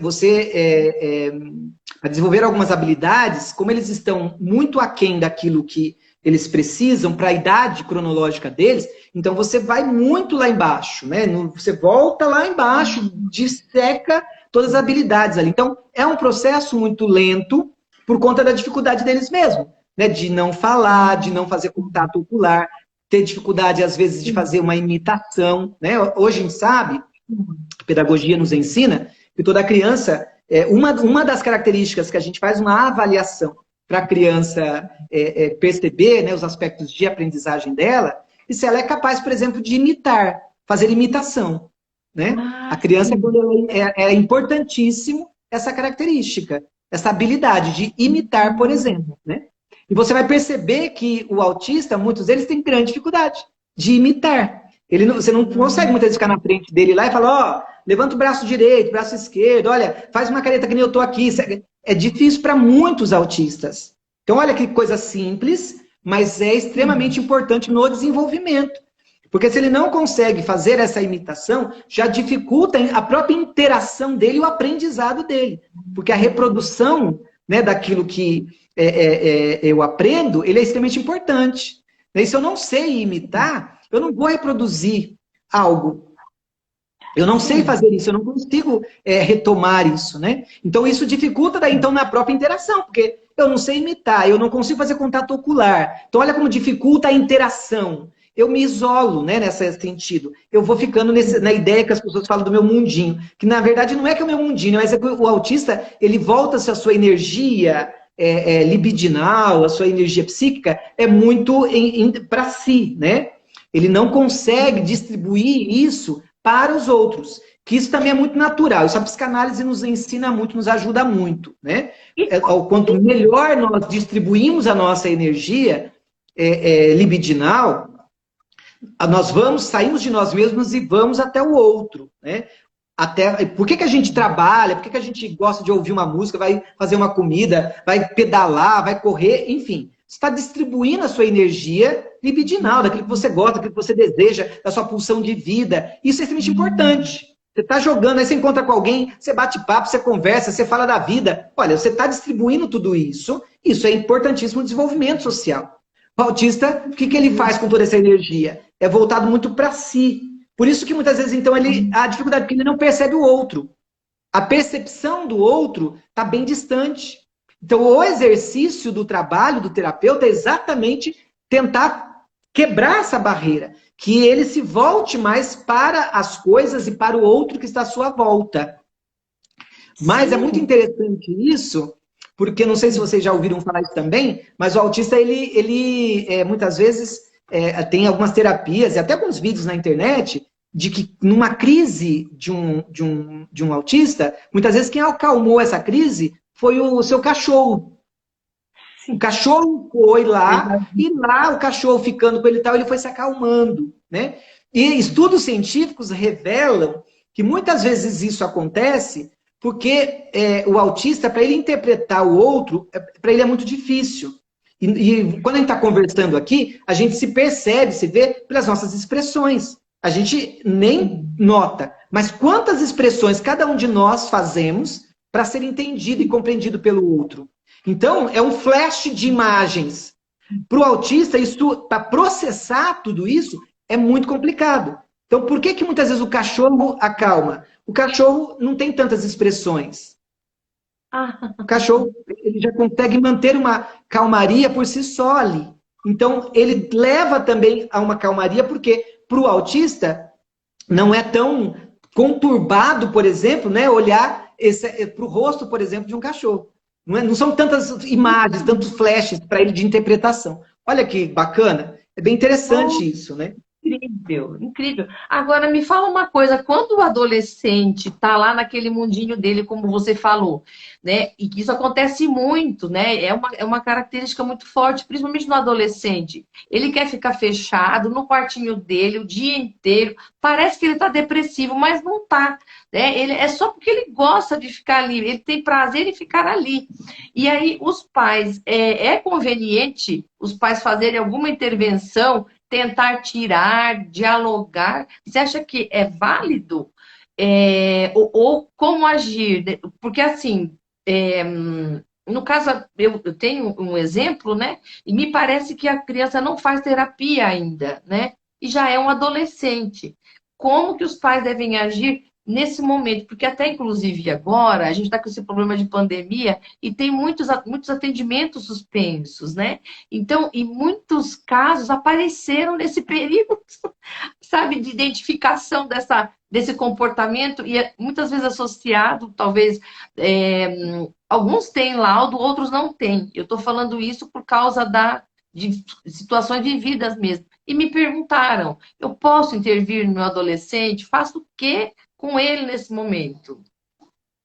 Então, olha, então, aqui nesse caso, é aquela história, né? Se a gente está falando de um sujeito aí que você está falando, né? Que ele é autista, então vamos lá, vamos conversar sobre isso, né? E com as condições que nós já falamos, né? Por que eu estou falando isso? Porque é duro, que é o que você falou. Hoje, no momento que nós estamos vivendo da pandemia, essa loucura toda, já tem quanto isso tem mexido com todo ser humano, né? Então a gente tem aí um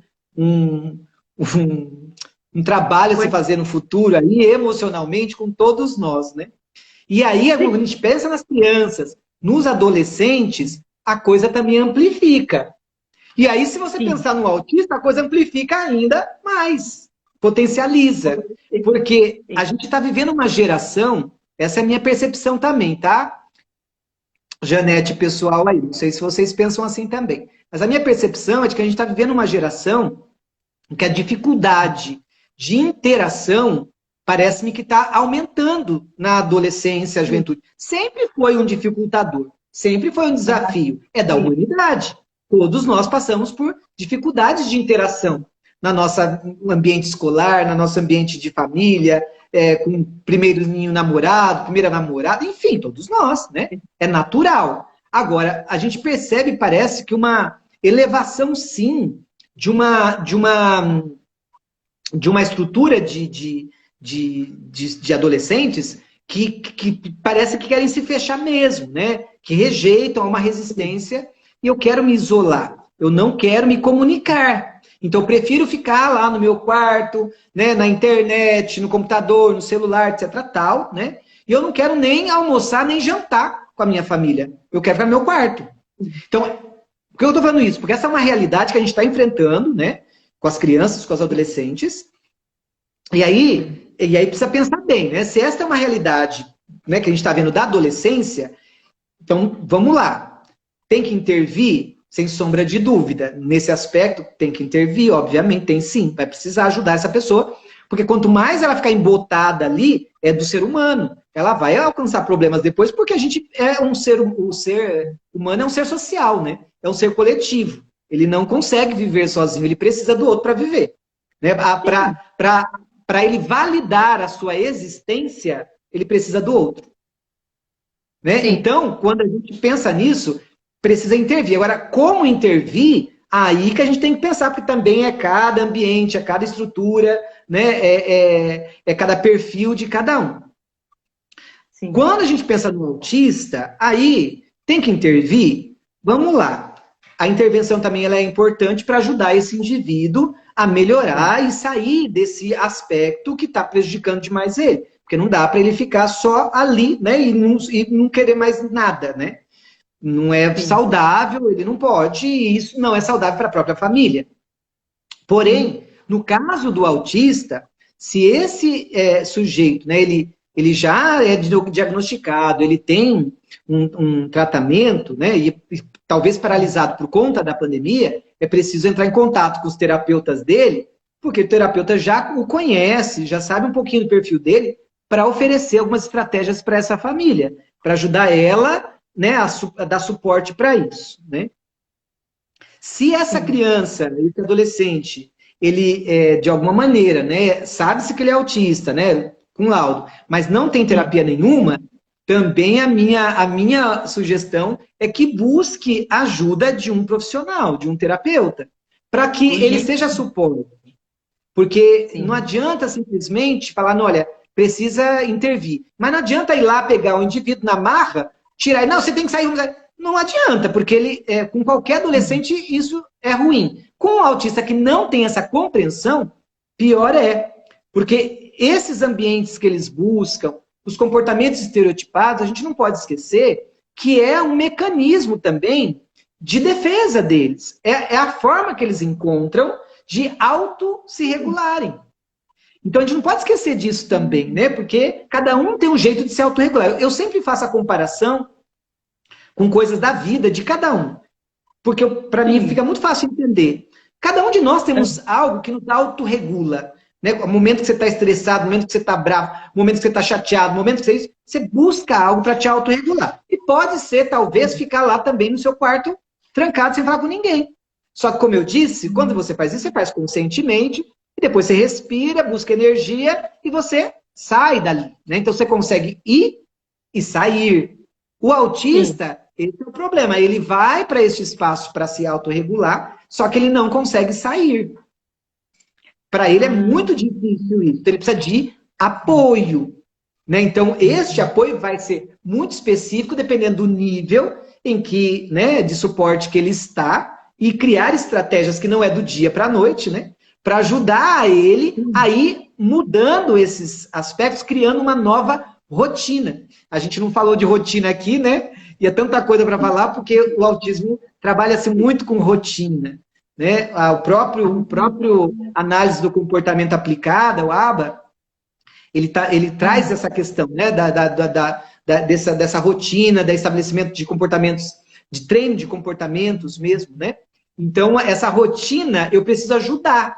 Ele criar uma rotina que vai tornando agradável para ele, que ele vai conseguindo superar os desafios, seja eles quais forem. Se o desafio dele é sair do quarto, ok, então eu preciso identificar esse desafio, né? Olha, eu não quero sair do quarto. Então, por que eu não quero sair do quarto? O que acontece com ele? Tal? Ok, mas é o desafio dele. Talvez eu não saia do quarto por N fatores que eu não sei. Eu vou ajudar. Né? Então, olha, se eu não consigo sair do quarto, eu vou precisar, então, tô dando exemplo aqui, tá, gente? Porque cada um é específico, tá? É só para ilustrar.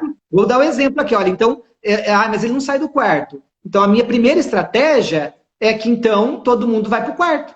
Então, nós vamos almoçar, todo mundo lá no quarto.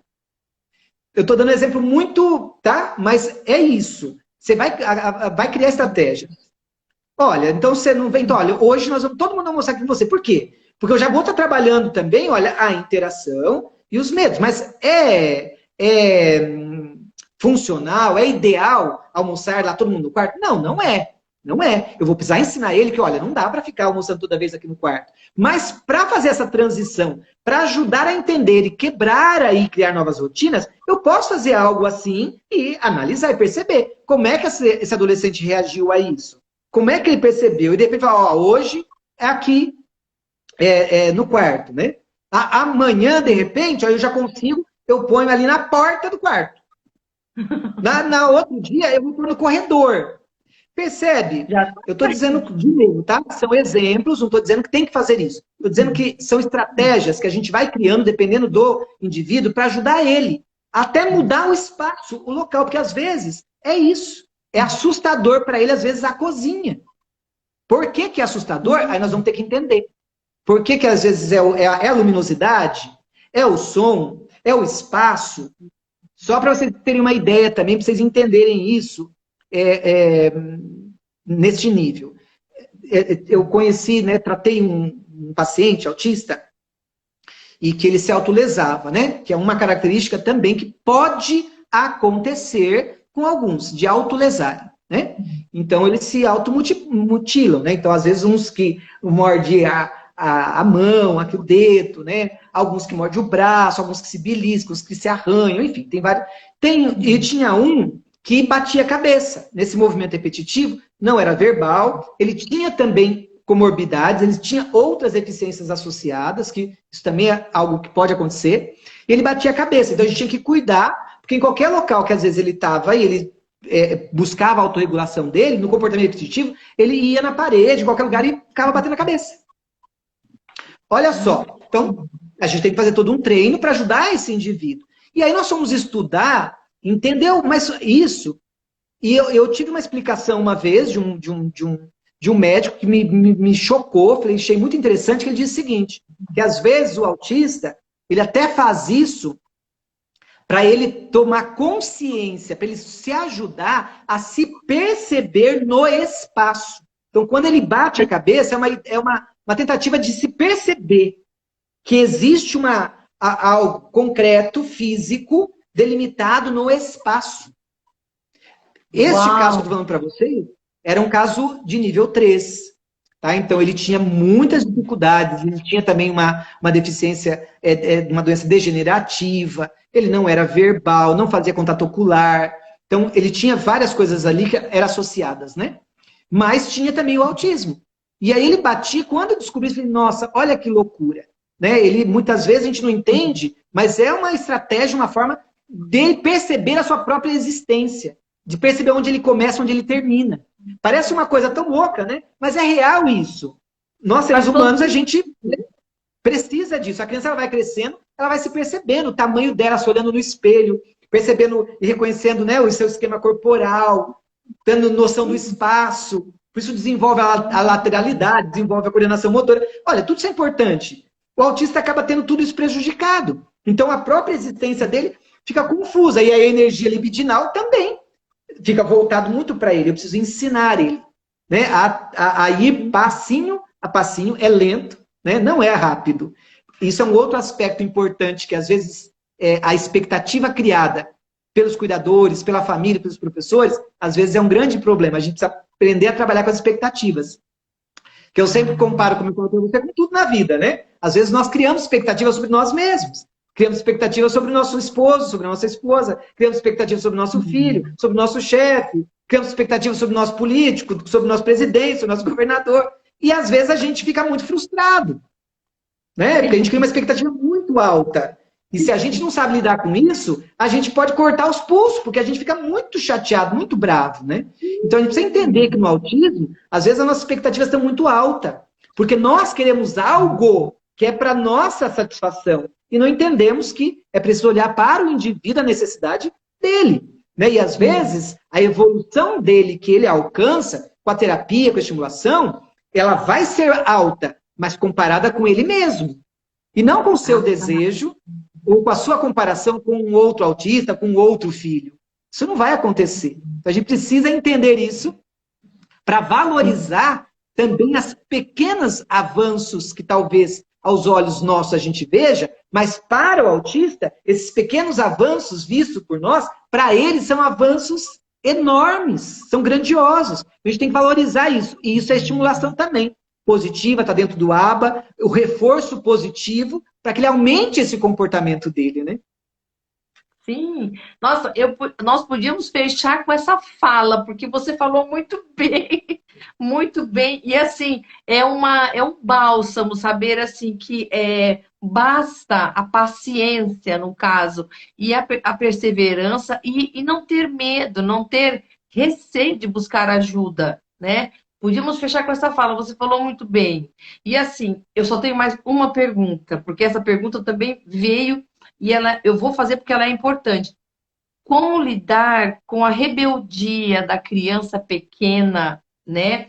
Com pouco traço, no caso, vamos pôr nível 1, mas aquela rebeldia, a própria não obedecer a comandos, por exemplo, sabe? E aquilo de, sabe aquela criança levada? Né? Criança levada naquela faixa entre 4 e 6 anos, como lidar com isso daí? Como corrigir, né? Eles aceitam a correção? Corrige como uma criança normal? Acho que não, né? Mas como lidar? Olha só. Não tem terapia ainda essa criança. Tá.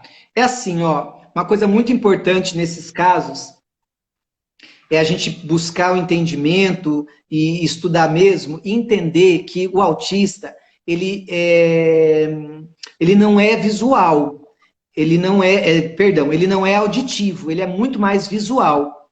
Então, a fala, muitas vezes, com ele não é adequada, né? A correção nesse sentido. Mas não faça isso, pare de fazer isso, não é assim, isso está errado. Enfim, às vezes, esta fala leva a ele a aumentar este comportamento, né? Isso pode acontecer com qualquer criança também, mas no autismo, mais do que nunca, por conta das questões sensoriais. O autista ele não consegue processar essas informações de forma muito clara, por isso a dificuldade também de responder a comandos, né? Então, o que, que a gente orienta? O que a gente orienta? Que é muito importante a postura corporal. A postura, muitas vezes, ela fala muito mais de qualquer fala. A postura corporal, o olhar, o gesto. E, obviamente, essa paciência, essa estrutura que quem está ali tem que ter, porque não é fácil. Isso para qualquer pessoa, viu, gente? Para quem está aqui, que de repente tenha um filho autista, alguém que conheça, eu quero de coração dizer para você que eu estou falando, porque eu sei, não é fácil. Então não se sinta mal, não se sinta, sabe? Não, é isso mesmo, não é fácil, tá? Você precisa também de olhar para você e se cuidar de você também, não exigir tanto de você, porque sim, você vai errar muitas vezes, você não vai acertar, porque é assim com todo mundo, nós não acertamos toda hora, não acertamos com os nossos filhos, tanto que nós amamos, nós nunca queríamos que nossos filhos sofressem, e muitas vezes nós fazemos nossos filhos sofrerem, porque erramos, e precisamos entender essa condição humana da nossa natureza.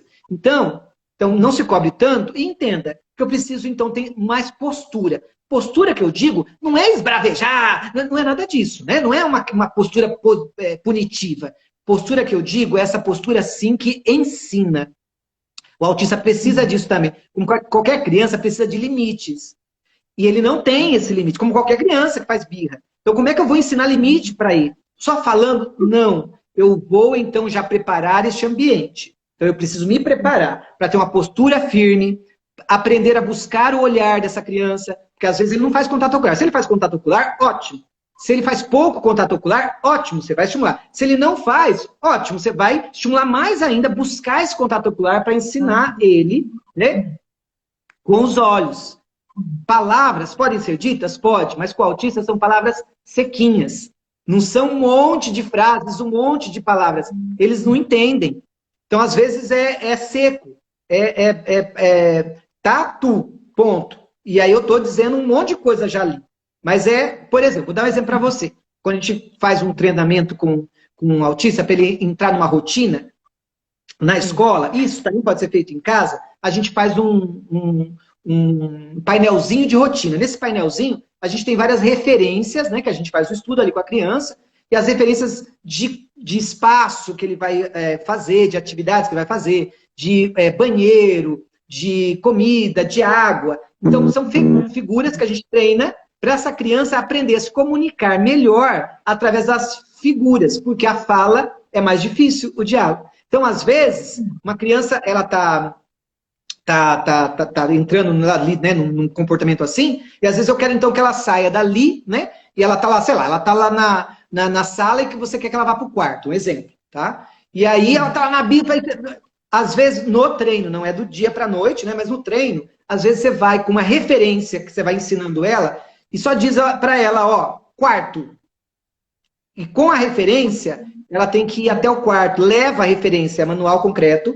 Normalmente a gente põe lá no quarto, por exemplo, eu tô falando bem rudimentar, tá, gente? Porque tem toda uma técnica, tá? Mas só pra vocês entenderem. A gente põe uma contra-referência ali, o checklist. A mesma imagem lá na porta do quarto. Porque daí a gente vai ensinar ela que quando ela vai, olha, eu quero que ela vá pro quarto, ela vai pegar aquilo, ela vai parear lá com essa imagem no quarto, que ela sabe, olha, eu tô entendendo agora que eu tenho que ir pro quarto. Aí, alguém vai poder me dizer assim, mas Walter, isso não vai acontecer, ela tá brava lá, ela não vai nem, né? Muitas vezes, no começo, não vai mesmo. Você vai precisar postura, ensinar a falar. Em algum momento, pegar a referência, por exemplo, pôr na mão dela, levar nos olhos e falar, vamos agora, só, vamos. Às vezes vai ter que ajudar a levantar. No começo, às vezes, é meio que forçando mesmo, se é possível, né? Às vezes não é possível, às vezes está num nível tão alto de ansiedade, de desespero ali, que é preciso dar um tempo, esperar. Às vezes a criança está ali estereotipando, muito brava. Claro que eu vou proteger essa criança para que ela não se autolese, para que ela não se prejudique, mas às vezes eu tenho que esperar um tempinho para recuperar a tolerância para poder, então, eu fazer intervenção. Né? Às vezes, é tirar o foco. Né? Então, olha, o que ela está querendo que está focando? Às vezes ela está birrenta lá porque ela quer assistir televisão, por exemplo. E você não quer que ela ligue a televisão. Então, eu preciso mudar o foco. Né? Que outra coisa que ela gosta que eu possa oferecer também, né? Para tirar o foco daquilo. E outra coisa também é pensar sempre no ambiente. É pensar que aquilo que eu espero desse indivíduo, desse sujeito, dessa criança, se eu já estou esperando algo, eu preciso pensar no ambiente e saber o que favorece ou não. Tá? Vou dar um exemplo. É tantos exemplos, gente, mas vocês vão... Meu Deus do céu, né? Você fala para mim a hora que tem que parar aí, viu, Janete? Senão você viu. Eu não paro, pô. A gente está finalizando, pode falar. Beleza. Então, ó, Sim. só para entender. Por exemplo, tem autistas que têm fixação por água. Não sei se vocês sabiam disso. Mas alguns não pode passar na frente de água, porque ele é fixo, ele quer ir lá pegar água, quer brincar com a água e tal. Acontece, tem várias fixações, né? Mas por que eu estou dizendo isso? Porque às vezes você tem que pensar no ambiente.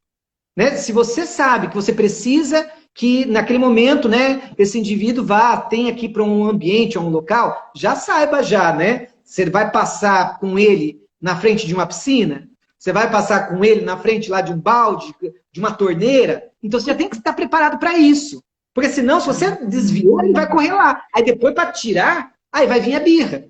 Então você tem que também já preparar esse comportamento também, e muitas vezes criar rotina. Se gosta da água e a água, de repente, traz essa autorregulação, não é também punir, dizer, não, nunca mais vai brincar com água. Não é isso, né? Mas eu vou ensinar que há momentos, há horas para fazer isso. Aí eu tenho que estabelecer uma rotina, né? Olha, agora é isso.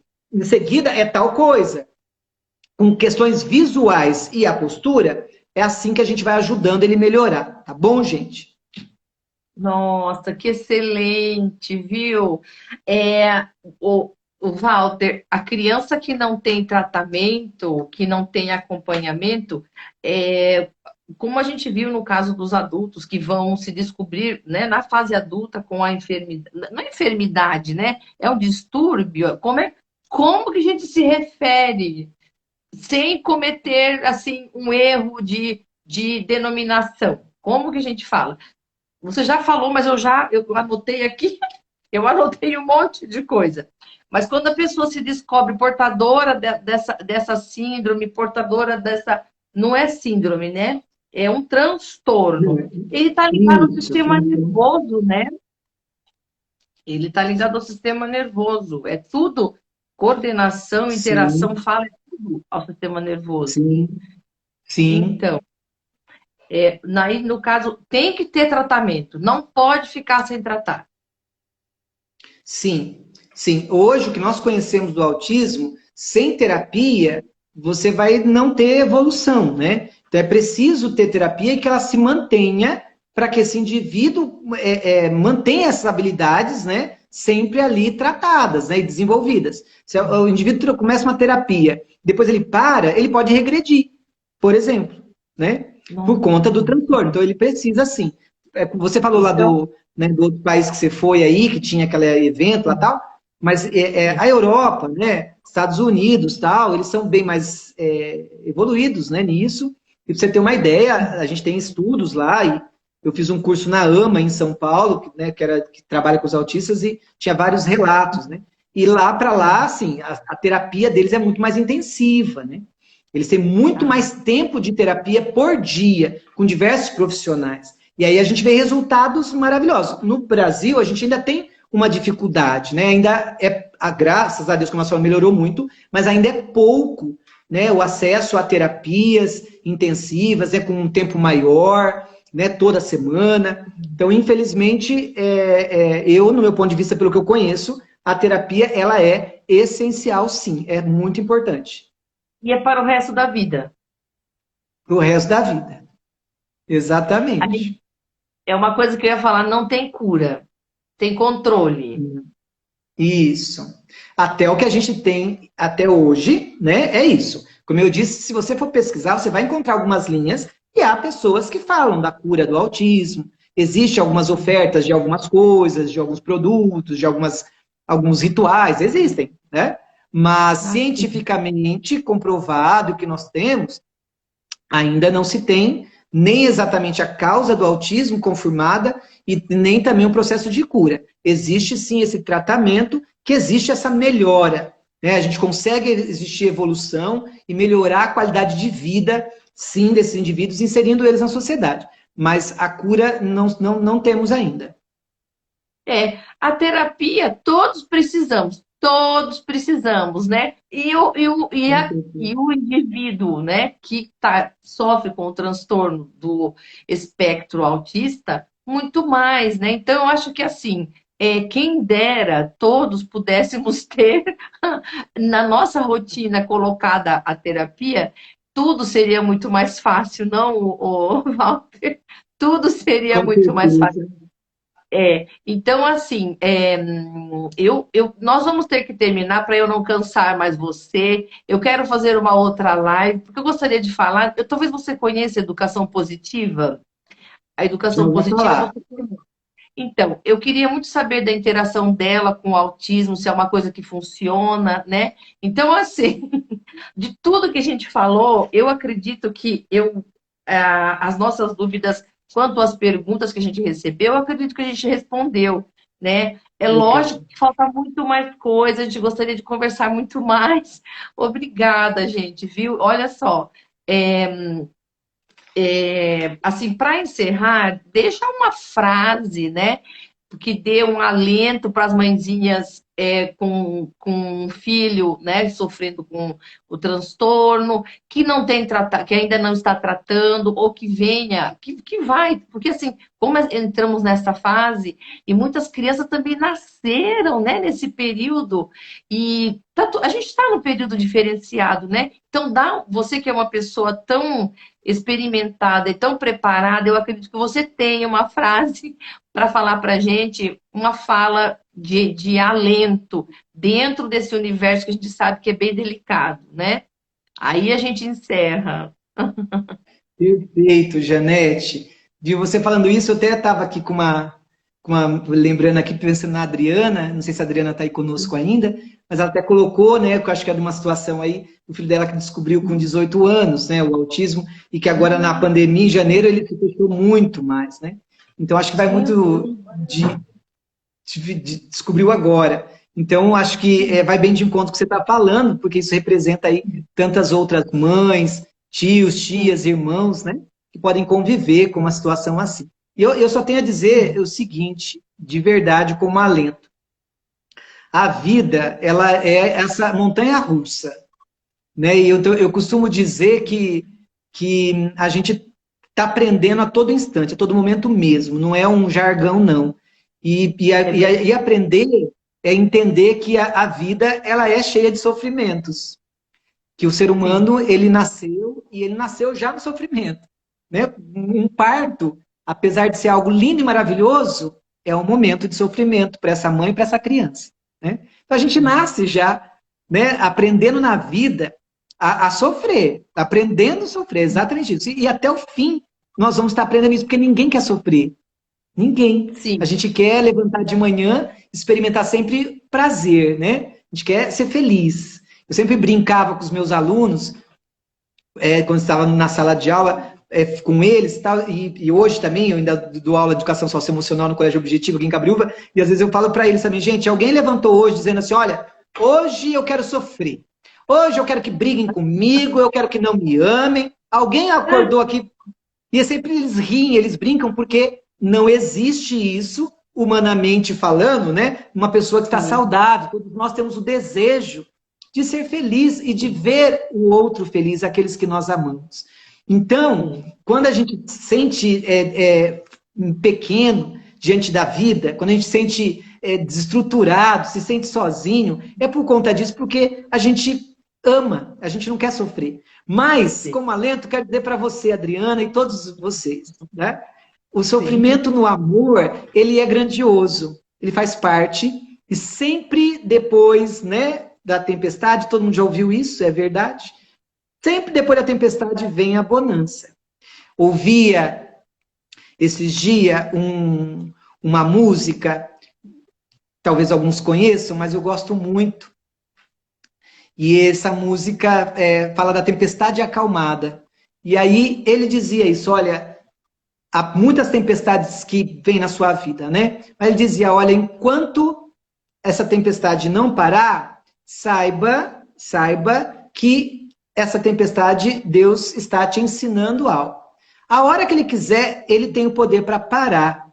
Então fique tranquilo, porque se está na batalha, está na tempestade, mas é permissão de Deus, ele te sustenta, ele te dá força, ele te dá coragem, né? E a gente levanta e vamos embora. A hora que ele tiver que parar, chega a nossa hora. Então, queridos, olha, esse é o meu desejo do coração. Em tudo na nossa vida, em tudo, e no nosso trabalho, na nossa missão que nós temos, no nosso trabalho, hoje, né, seja com autista ou com qualquer ser humano, né, na nossa vida. Que a gente aprenda a levantar de manhã e mesmo diante das tempestades, se ela não tiver parado ainda, que a gente não murmure, não reclame, que a gente se ajude, como a gente está fazendo aqui. Se a gente se dá as mãos, se a gente ouve um ao outro, olha, isso dá uma força para nós, né? Então, eu desejo de vocês, de verdade, que isso dê força para vocês. E que estratégias, caminhos novos surjam aí na cabeça, né? E anjos apareçam aí. Anjos são pessoas, são amigos, são profissionais maravilhosos que eu sei que Deus vai colocar na tua vida e que você precisar para te ajudar a enfrentar qualquer situação difícil, né, com um problema que seja do autismo ou qualquer outro, viu? Beijo muito forte no coração, gente. Eu só posso agradecer. Falei para a Janete que eu estava muito empolgado com tantas perguntas que ela tinha me mandado, que o pessoal tinha, né? Eu queria agradecer aí, viu, a todos os meus amigos, as pessoas que conhecem pela Janete e hoje me conheceram, né, as pessoas que trabalham comigo, meus funcionários, sempre gratidão no meu coração. Muito obrigado, viu? Vocês estarem aqui conosco até agora, por esse carinho enorme, essa energia enorme que eu sinto de todos vocês, viu? Beijo mesmo no coração. Muito obrigado, viu, Janete? Ai, nossa, você não poderia ter falado melhor. Essas palavras, eu tenho certeza que calaram fundo no coração de todos nós. Pelo menos eu recebi desta parte para mim. Eu tenho imensa, agora já tinha, né? Pela imensa admiração por você, só cresceu, tá bom? A minha admiração pelo seu trabalho, por tudo que você desenvolve e assim pelo ser humano, né? Que eu acho que você fazendo o que você está fazendo, acho que não podia ser menos humano do que você. Então tá de parabéns, tá bom? Eu queria agradecer também, em especial, eu vi aí que entrou pessoas da minha família, que bonitinhos. Obrigada, meus irmãos, minhas irmãs, minhas sobrinhas, meus sobrinhos, e minha esposa, né, que me acompanha todo instante, está aqui comigo, me dando alguns sinais, mandando as perguntas, me ajudando aqui. É uma alegria imensa viver imerso a tanto amor de tantas pessoas. Muito obrigado, família linda. Você é privilegiado. E eu queria muito que alguém fizesse para a gente um print, olha, um coraçãozinho. Quem que vai fazer o print para a gente? Você é uma pessoa incrível, olha só. Olha só. Faz o coraçãozinho, Walter, olha lá. Vou ter que fazer metade, né? Porque o meu outro braço está imobilizado. É verdade, hoje de ação. Que dó, gente, olha lá. Oh, meu Deus. Aí. Walter, Deus te abençoe por tudo, por toda essa energia boa, pelo ser humano que você é e pelo tanto que você tem para compartilhar com a gente, né? Deixou uma partezinha aqui conosco. Só gratidão mesmo, tá? E a gente pode marcar uma nova conversa, porque eu tenho certeza que vão surgir mais perguntas, né? É um assunto que a gente fala pouco sobre, né? Eu vejo pouquíssima gente falando sobre. E quanta gente gostaria de saber. E é engraçado, porque assim, você comentando, né, dos traços, eu falo, gente, nós somos muito sensíveis, né? O ser humano é muito sensível, ele é muito movido a tantas peculiaridades, tanta coisa. E me pareceu que o autista, né, falando dele em si, é um ser humano altamente sensível, altamente sensível. Então a gente merece toda a nossa atenção, todo o nosso carinho. E então, obrigada de novo. Tá Obrigado a bom? você, viu? Olha, gente, a todos que ficaram conosco até agora, muito obrigado por esse engajamento, 2 horas de conversa, meu Deus do céu! Então, olha, Deus... lindos, gente. Vocês são lindos, viu? Ó, maravilha, 2 horas que ouvindo eu falar, Olha, maravilha, viu? É porque gosta mesmo de mim, hein, gente? Olha, coração, viu? Obrigado. Fica com Deus, Walter. Dá um Fique com abraço na Deus. sua esposa, viu? Um abraço Docinho, docinho. e a todos que ficaram conosco, Deus abençoe, que a gente tenha aí boas notícias nos próximos dias, que Deus nos dê muita luz, e que todos aqueles que estavam precisando dessas palavras, que recebam e que vão atrás, né, de buscar o tratamento, de buscar ajuda mesmo, né? Porque é possível, tem como melhorar, tá bom? A minha amiga Rosileia, um beijo, minha amiga. Deus abençoe. A todos, uma boa noite. Vou deixar um coraçãozinho aqui. Que Deus abençoe a todos. E a satisfação, mais uma vez, foi garantida. Walter, obrigado por tudo, hein? Por essa pessoa incrível. Obrigado, gente. Boa noite. Beijo. Fiquem com Deus, Beijo a viu? todos. Beijo. Fica com Tchau. Deus, pessoal. Tchau. Beijo.